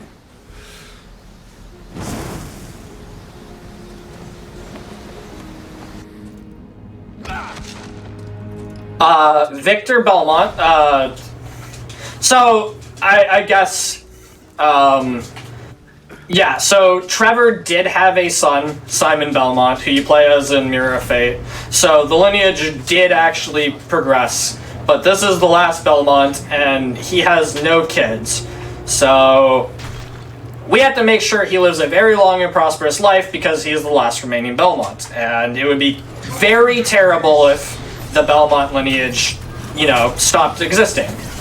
Wouldn't that prevent there from being, like, more Draculas in the future, though? Well, there's only one Dracula, it's just Gabriel. But he, like, became Dracula, right? So, that's... Alright, so, the first game had great story. The DLC is where everything went wrong. Also, by the way, Victor Belmont's now dead. Because reasons. I wasn't happy with this plot point either, but... Because he definitely does not need to die, but he's dead now. So, the reason specifically Gabriel becomes Dracula, and again, it's after he's given birth, or, sorry, it's after Trevor has been born, so... like, it's not part of Trevor's bloodline. It's just Gabriel. There is a plot point in the DLC, in one of the DLCs for the first game, where there is a dimension where this, like, unbelievable monstrosity exists. And the Lords of Shadow were what was keeping that thing bound, and because Gabriel killed all of them, it was now free and was going to destroy the world. So Gabriel had to set out on a quest to kill that creature, but the realm it was in can only be visited by basically not a human. So in order to go in there, Camilla's daughter Lucy, who was amicable towards Gabriel, had to give Gabriel her blood, and for some reason that killed her, even though Gabriel can give his blood to Alucard and it's just fine.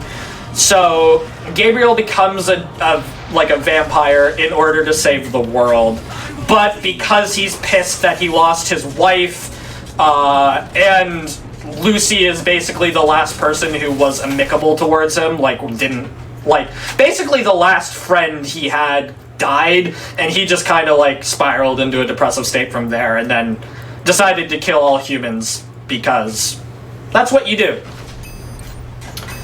So that's kind of why he became Dracula, and because it didn't actually taint his lineage, like none of the other Belmonts are vampires, except for the one he killed.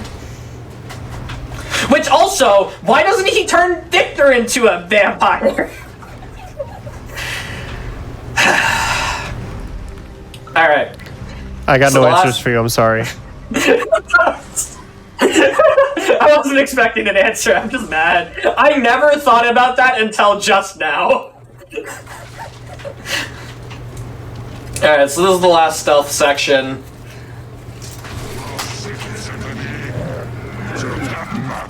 Okay, no, hold on. I thought I screwed up. I was like, wait, I screwed up my strap, but no, we're fine. I didn't drop Blizzard, it's fine. Don't worry about it.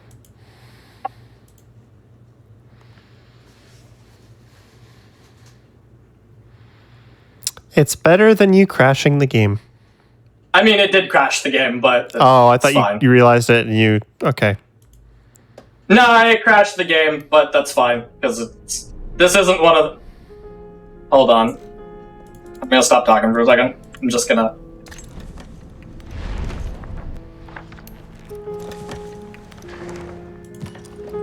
Please say the words I want you to say. I can reach them. Yeah, we're good. Were you scared of a soft lock? I was scared it would be like, you remember how it like put me 8 checkpoints back earlier? It's like, yeah, I have to fight Camilla. Like, okay, well, there goes that. I didn't drop the blizzard glitch, so I touched one of them. They went into panic mode, and because I'm not supposed to be able to damage anybody there, the game crashed. Which is actually usually what happens, and is totally expected. I forgot to reload a checkpoint, so it's no big deal. We lose a few seconds, but whatever. I actually don't really care about this. Also, I don't even really care about that. I don't know, I have enough Snarl Demons, whatever, fine. Alright. So. There's always more lore. And that's a problem. So, there's Child Trevor, ominously walking down this hallway. And this is the second acolyte. Now, we are the strongest creature outside of maybe Satan. So that's why this acolyte can just almost murder us. And in fact, the only reason we're still alive is because he's playing with his food. Yeah, I don't know why. So the dragon lives. But I'm confused. He's basically just torturing us at this point. He finds it funny that we are trying desperately to crawl away. I don't get it. Isn't our whole entire motivation to kill Satan so that we'll die? It was you who killed our beloved sister. Yeah, but we need to kill welcome- Satan first. But shouldn't we welcome the fact that this person's trying to kill us? No, but we have to kill Satan first. But also, yes, right? You're not If our wrong. only motivation to kill Satan is so we can die, why is this a bad thing? I don't understand. Satan also ruined our life, so, killing Okay. Satan's not a bad deal. So there's a little bit of revenge in there too. Okay, I thought it was just for the other part. So that was Zobek's that was how Zobek was trying to lure him into it, but it is also he should also want to kill Zobek, which we'll get to, we'll touch on that in a little bit. But yeah, it's, I get to, okay, Blizzard is working. Blizzard wasn't working for some reason. It's half the I get to finally die and half the I get to actually finally kill the person who ruined my life. I guess a little more plot from the first game. Could you stop? A little more insight. A lot of the first quest or game was Gabriel trying to get a mask so that he could talk to his dead wife. Well, sorry, he was under. He was under the impression that I'm restarting this fight, by the way. He was under the impression that it could bring his dead wife back to life, and that was a lie fed to him by Zobek. He cannot bring his wife back to life. It can let him see the dead. Oh, I actually can't restart this fight. Okay, we're gonna have to go the rest of this without Blizzard. That's fine. It's only mildly useful, so it's not a big deal. I was gonna try and reset for it, but I can't actually. I don't think I can get it. I'm pretty sure I can't get it off this one. Anyway, so his wife died in the first game, and he was trying to get a mask so that he could bring her back. But you find out later in the game that Zobek? Either Zobek or Satan possessed Gabriel, and Gabriel is the one who actually killed his wife. Which is why he hates Satan and Zobek. But so basically Zobek... No, so yeah, I think it was Zobek. Zobek possessed Gabriel. Why are we blizzarding right now? This is more of a test to see if I can get Blizzard. I don't think I can get the Blizzard glitch off the third Acolyte, but I'm trying. Okay, I was just confused because you just said we weren't gonna have Blizzard, and now you're Blizzarding Yeah, I'm pretty to sure try and get it. Yeah, I'm pretty sure that trigger just wasn't happening. I was looking, the damage wasn't going down. I've never tried to get it off the third one. I've always just assumed because that wasn't really a cutscene, but I was trying.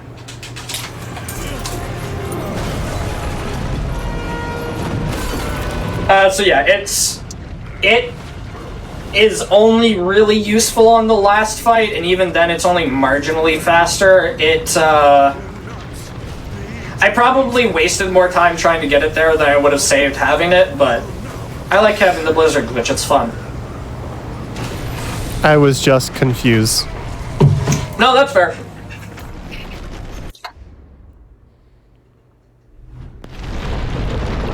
I always try to skip these cutscenes because I'm like, oh, please, now I can finally skip it, right? But it's not. Oh my god.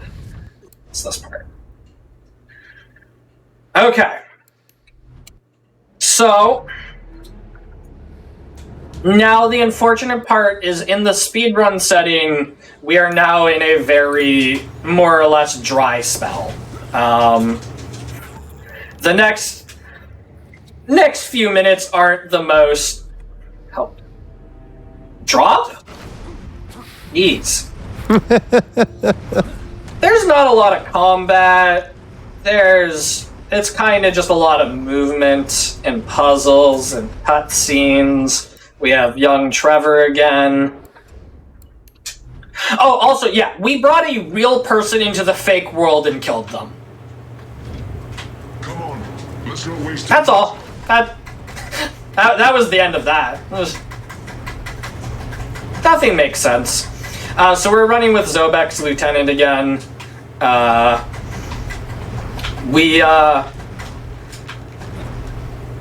Actually, I don't fully remember what the actual intention here. I'm not going the right way. I don't actually know why he's traveling with us right now. I guess we're trying to find the third Acolyte. That's probably what's going on. Oh god. Puzzles.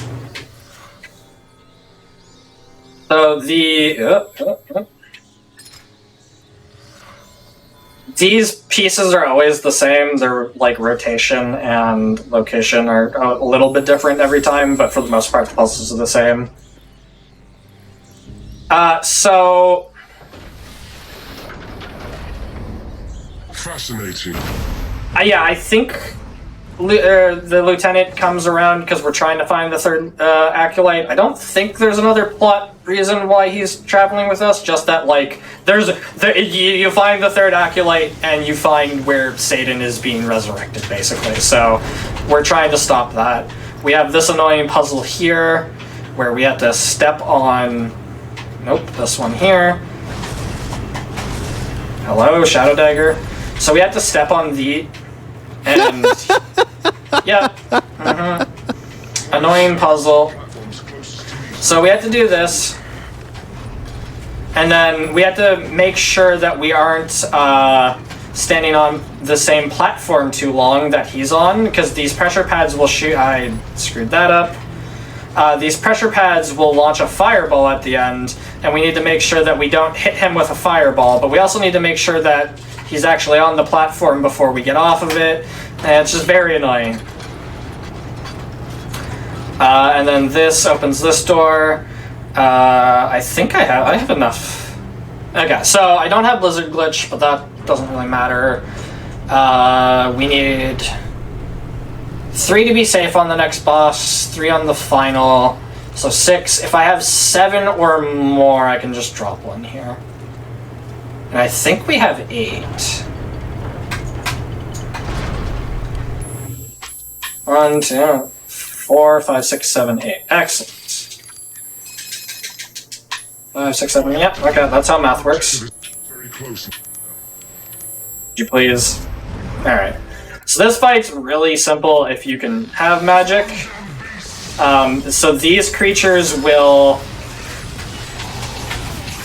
These creatures, when they... Could you stop? These creatures, when they die or get close to death, will like merge into a bigger creature. But if you use this move, you can just bring them all together and kill them while they're coming in, or sometimes beforehand, and then it's just really easy. And then if this does happen, it's not a big deal. I'm just gonna do this. Now, yeah, we just drag them in, and then they just die, and then we're all good. That was experience that dropped, so I don't care. So technically, even if I had Blizzard Glitch, I still would have had to have done this instead of like freezing them, because the lieutenant refuses to actually come over until all of the enemies are cleared. So anytime we have the lieutenant following us around, like you just have to kill the enemies. You can't like soup and sprite. All right, so a whole bunch of lore is about to happen. Oh, I'm I don't scared. remember exactly how it unfolds in the next few minutes, so I'm just gonna start. Zobek's lieutenant is actually Alucard. In the DLC, at the end of the DLC, after you spread all of Gabriel's stuff throughout the castle, the last thing you have to do is come back to the real world, kill Zobek's... That's completely wrong, right? Kill Zobek's lieutenant, and steal his armor, and pretend to be Zobek's lieutenant. This entire game, from the tutorial onward, is a hundreds of year-long plot to get revenge on Zobek and Satan. Basically, they knew that this would happen, that Satan would be resurrected, and that Zobek would try to make a deal with Dracula, Gabriel, to kill Satan. But in order to deceive him, you can't possibly have memories because Zobek is a necromancer, but also has telepathy. So he could just read Gabriel's mind and figure out that Gabriel was trying to betray him. So the only way to actually betray him is for Gabriel to have no memories that he's going to betray him. So Alucard pulled some magic shenanigans with his sword, the Casagrima, and wiped Gabriel's memories, which also caused Gabriel to lose all of his powers. Which is why Alucard had to put all of the powers into fake Castlevania. So all of this happened so we could kill Zobek. Does that Are mean you we're with not me? killing Satan? We are killing Satan after we kill Zobek. Okay. We're going to kill Zobek, and then we're going to kill Satan. Oh, so yeah, I guess this fight also would have been a little bit easier with Infinite Blizzard Glitch, but it's not a big deal. So, up until very recently, we did the last part of the game without the Blizzard Glitch, so it's like, it's not even a big deal. You can get, like, a little bit of, like, a good... I wouldn't even say, like, a good cycle. You can sometimes save a little bit of time on when he pops up, but it's like, it's mostly just convenient.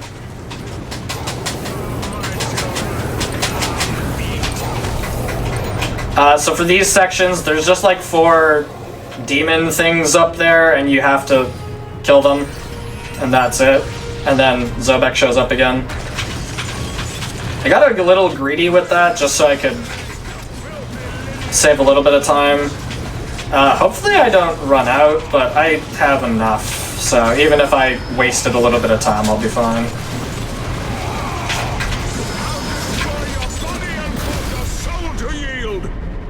If I go really quickly, I might be able to finish him off on this one. Probably not. It's not a big deal.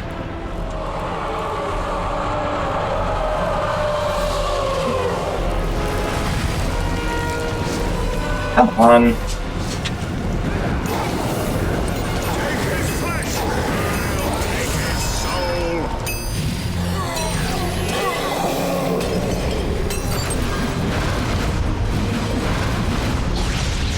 I'll Yep.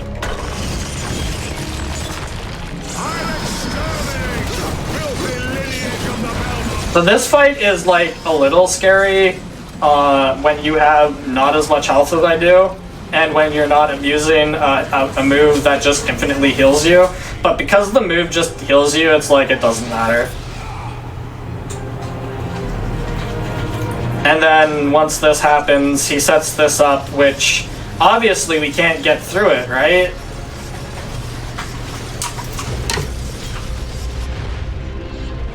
Alright, so after all this time, we kill Zobek. We're finally getting our revenge after all this time. And now all that's left to do is kill Satan. So we've got about, I want to say like 10 minutes left. And most of it is just backtracking. I have bad news for you, cutscene. Church. What's up? We just passed your PB. You're not PBing today. That's fine. I was not expecting to PB today. Oh no, I was memeing because some big stuff has gone wrong.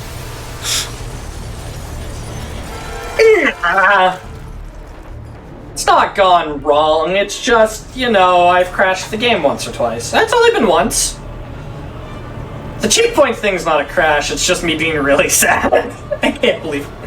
And I got bad blizzard. I can't believe I'm only at 2. What I'm looking at's a little behind, so I'm probably like 209, I can tell you 30 or something. 209.25. Yeah, close enough, 209.30, yeah. I can't believe I expected to be a little bit farther behind, but that's actually pretty good.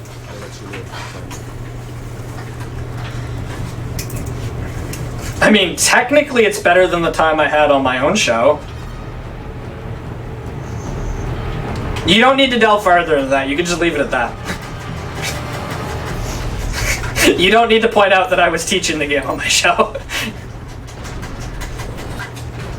I guess this is also slightly annoying without Blizzard glitch. This is going to be a little bit of slamming my head against the wall until it works.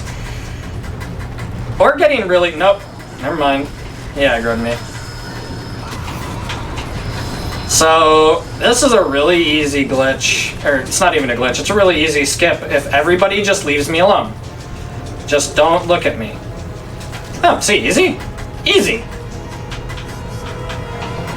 That is one of the other places where people have suggested maybe using the devil meter, but hey, you just do it until it works, right? It's fine. That was a giant mech fighting two demon creatures. The other one was called Abaddon. I don't know if they're all called Abaddons. I don't know. So this is like the fast travel system in the game, which we've used absolutely 0 times. So we're going to use it once right at the end of the game, so that we can go back to the start of the game, where the game is going to end. Makes sense, right? Sure, we'll say that. So it turns out I guess it's not where he is because it's just a ritual, but we woke up at a church in the beginning of the game, and that church is where the last acolyte is raising Satan. So we have to go back there and then stop Satan from being resurrected, right? Because we'll get there in time.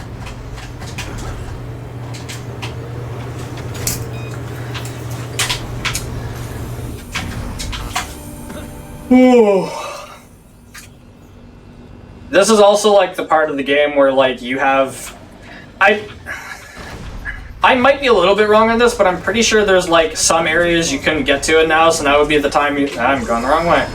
You could like go find all of the other collectibles or anything you're missing, or you could go straight to the end of the game.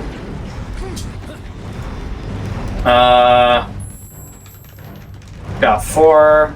I'll be fine. There is a semi-inconvenient magic font I could go to, or I could just go for it. So this is the last Mirror of Fate puzzle. I didn't even bring this up until now. You notice how the Mirror of Fate fits in my hand right now? The Mirror of Fate is supposed to be a giant mirror, like one bolted to a wall that doesn't move. It's fine. You just have a portable version for plot Yeah. convenience. It just... I mean, we're It just talking about something connects- that's literally called the Mirror of Fate. It's a plot convenience item to begin with, so... You're not wrong. It just connects back to the one at home. Yeah, it's your portable Mirror of Fate with 5G. Yeah, it's your cell phone version of Mirror of Fate. It's your smart mirror. Alright, I'll leave this one up to you. This one's a little gory, but it's not necessarily Grinch worthy. Well, I mean, the Grinch on the last one was for reasons. Yeah, I'm If you leaving this one up don't to enjoy gore, look away. We'll tell you when it's safe. you. It's really bad. I don't like looking at this one. Again, the cutscenes that I want to skip, I cannot skip. This one is not fun. So that's a serious warning. If you do not like gore, look away now. If you do not like gore, you need to look away, like, right now. This is unnecessary. I'm about to get real anime on you. This is like going from Psychopath Season 1 to Psychopath Season 2, and you're like, seriously, why? You did not need to do this. There was no gore in the first season. You could have just left it at that. Oh, I like this one in chat, Church. It's the Mirror of Fate remote play version. Oh, that's a pretty good. Yeah, it's pretty good.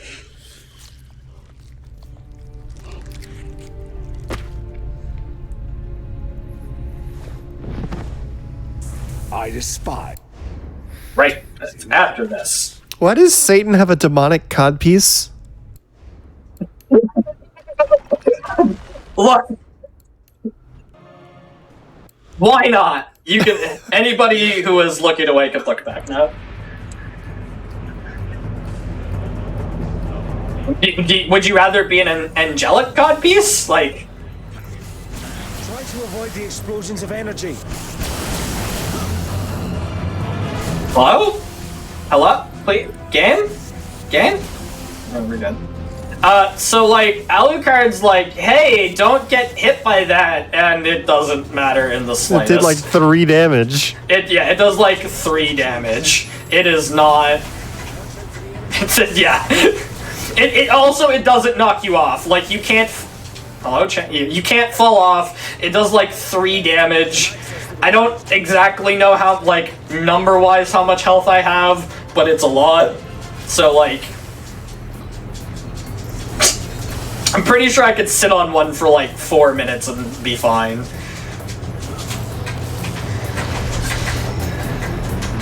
Okay, so we got these Banshee creatures again. We're gonna get punched instead of actually killing them. I feel like you could just throw them off. But they can fly. I mean, they're floating. They're not flying. There's a difference. I mean, yeah, you're not wrong. We're also, yeah, we are on, like, the back of a giant demon right now, presumably miles and miles above the city. So, yeah, you would think that would work, but... Alright, we are into the final fight of the game. We are going to fight Alucard. What? Yeah, we're gonna fight Alucard. Why? So before that, we're gonna do that Devil May Cry meter thing you were talking about. Hey, it's time for your devil gauge. All right, we Or turned devil into trigger. a giant. Yeah, our devil trigger. All right, we turned into a dragon. We did some damage. All right, moving on. All right, so yeah, we're gonna fight Alucard, and so there is actually lore behind. Did he get possessed by Satan? Like, what's going on here? Okay, come on. Is it that obvious? Yeah. Satan possessed Alucard and is making you fight your own son. So yeah, final boss is Alucard. Yeah, because that's like the classic Satan move. Like, that's the trope. Yeah. Yeah. If there's a father and son about to fight Satan, one of them is going to be possessed. Like, that's just what's going to happen. You're not wrong. You're not wrong. So this, usually it's the other way around. Usually they make the son fight the father. Yeah. But then you'd have to play as Alucard, and Alucard's skill set sucks, to be perfectly honest. So, I was gonna say, I don't remember what I was gonna say anymore. Yeah, so there's like 4 phases, and between each one of them, Alucard, Satan will go in the air and like shoot these missiles at you. They don't hurt at all. Like, you do take damage, I guess, and you get knocked over. But it also doesn't matter if I dodge them or not. Those phases are the same amount of time no matter what. So it doesn't matter if you get hit by them or not. Whirlwind really does make this game really easy, because like, oh no, I took damage. I guess I'll just heal it all back up. It's almost like the whirlwind heals me for 60 damage Right? on each hit. Yep. And I'm doing, if I get a good whirlwind, like, I don't know, 10 or 12 procs or something, like, yeah, it's, Alright. Could you not? So I would have to dodge a little bit less, but even here, like, because, just how the AI works, it still is pretty difficult to, time, also. Not that it super matters. Time, though. Should have called that out earlier. Yeah, like, the blizzard doesn't help too much. He still dodges a lot, so it's not, like, a big deal not having it. Yeah, okay, we beat... Actually, this cutscene is... If we're gonna watch any of them, it's... this one. Don't know me, Satan.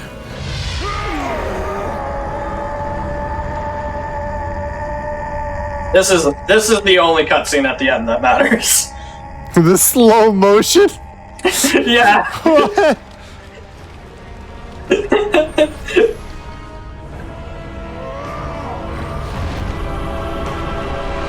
Oh, he bluffed him. He bluffed him. He He's bluffed not gonna Satan. kill us.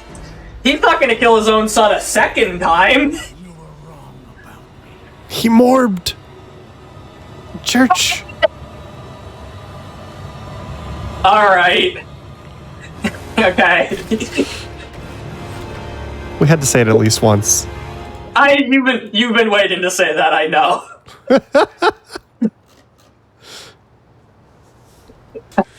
Is this where you pull out the old school League of Legends meme? He was baited and outsmarted. Oh my, that is so old school. Oh. Yeah, that's pre-season 1. That's pre-season 1. Nice. No, I'm not gonna lie to you, I forgot about that one. Alright, well, while we're letting this wrap up, and Dracula's going to save his son, or however this is going to happen, why don't you give us your shout-outs, tell us about your show. We've talked about it tangentially, but we haven't actually, like, fully plugged it. So I have a show, it's not my show, wait, it is every other Thursday after the first step, so at 10 p.m.-ish. Not this week, but next week, and then every second week after that. It's called How to Train a Speedrunner. And the premise of the show is, especially with like how popular speedrunning is becoming, and a lot of like new people to the speedrunning community talk about how difficult it is to get in, which is some games that might be true, but a lot of the games that people are like, oh, it's really hard to get into. It's just there's like some barrier that people are like, oh, it's really hard when it's really not. So the point of the show is to get very beginner level tutorials of games on to show people like it's really easy to get into speedrunning. You don't have to start with let's use like Super Mario 64 for example. I picked a game that I don't know all of the strat names in, but like, you don't need to be able to do all of the, like, top-level tricks to get all of the stars really quickly. You can just start with basic strats and then move up from there. Because a lot of games will have strats where it's like, this is a really easy strat, but it's slower. This is, like, a medium strat, and it's immediately fast. This is a really hard strat, but it's fast. And a lot of people like look at that and be like, it's a huge barrier. When in reality is like, you just need to play the game. Like, just play the game, learn the easy strats, and then build up from that. Because that's what all of the top level players do. Like, all of the world record holders and all of the big games, they didn't get there immediately doing all the hard strats. They started with a foundation and worked their way up. So the purpose of the show is to teach people the basic stepping stones in order to start doing speedruns. All right, and where can people find you outside of your show on GDQ? Outside, they can find me at twitch.tv/churchandsarge, and probably, I think it's the same on YouTube. I think it's just youtube.com/churchandsarge. I normally do speedrun content, probably going to be doing some card games in the near future. Chroma Chronicles and Chronicles Rewritten, probably. Maybe some Apex, probably not.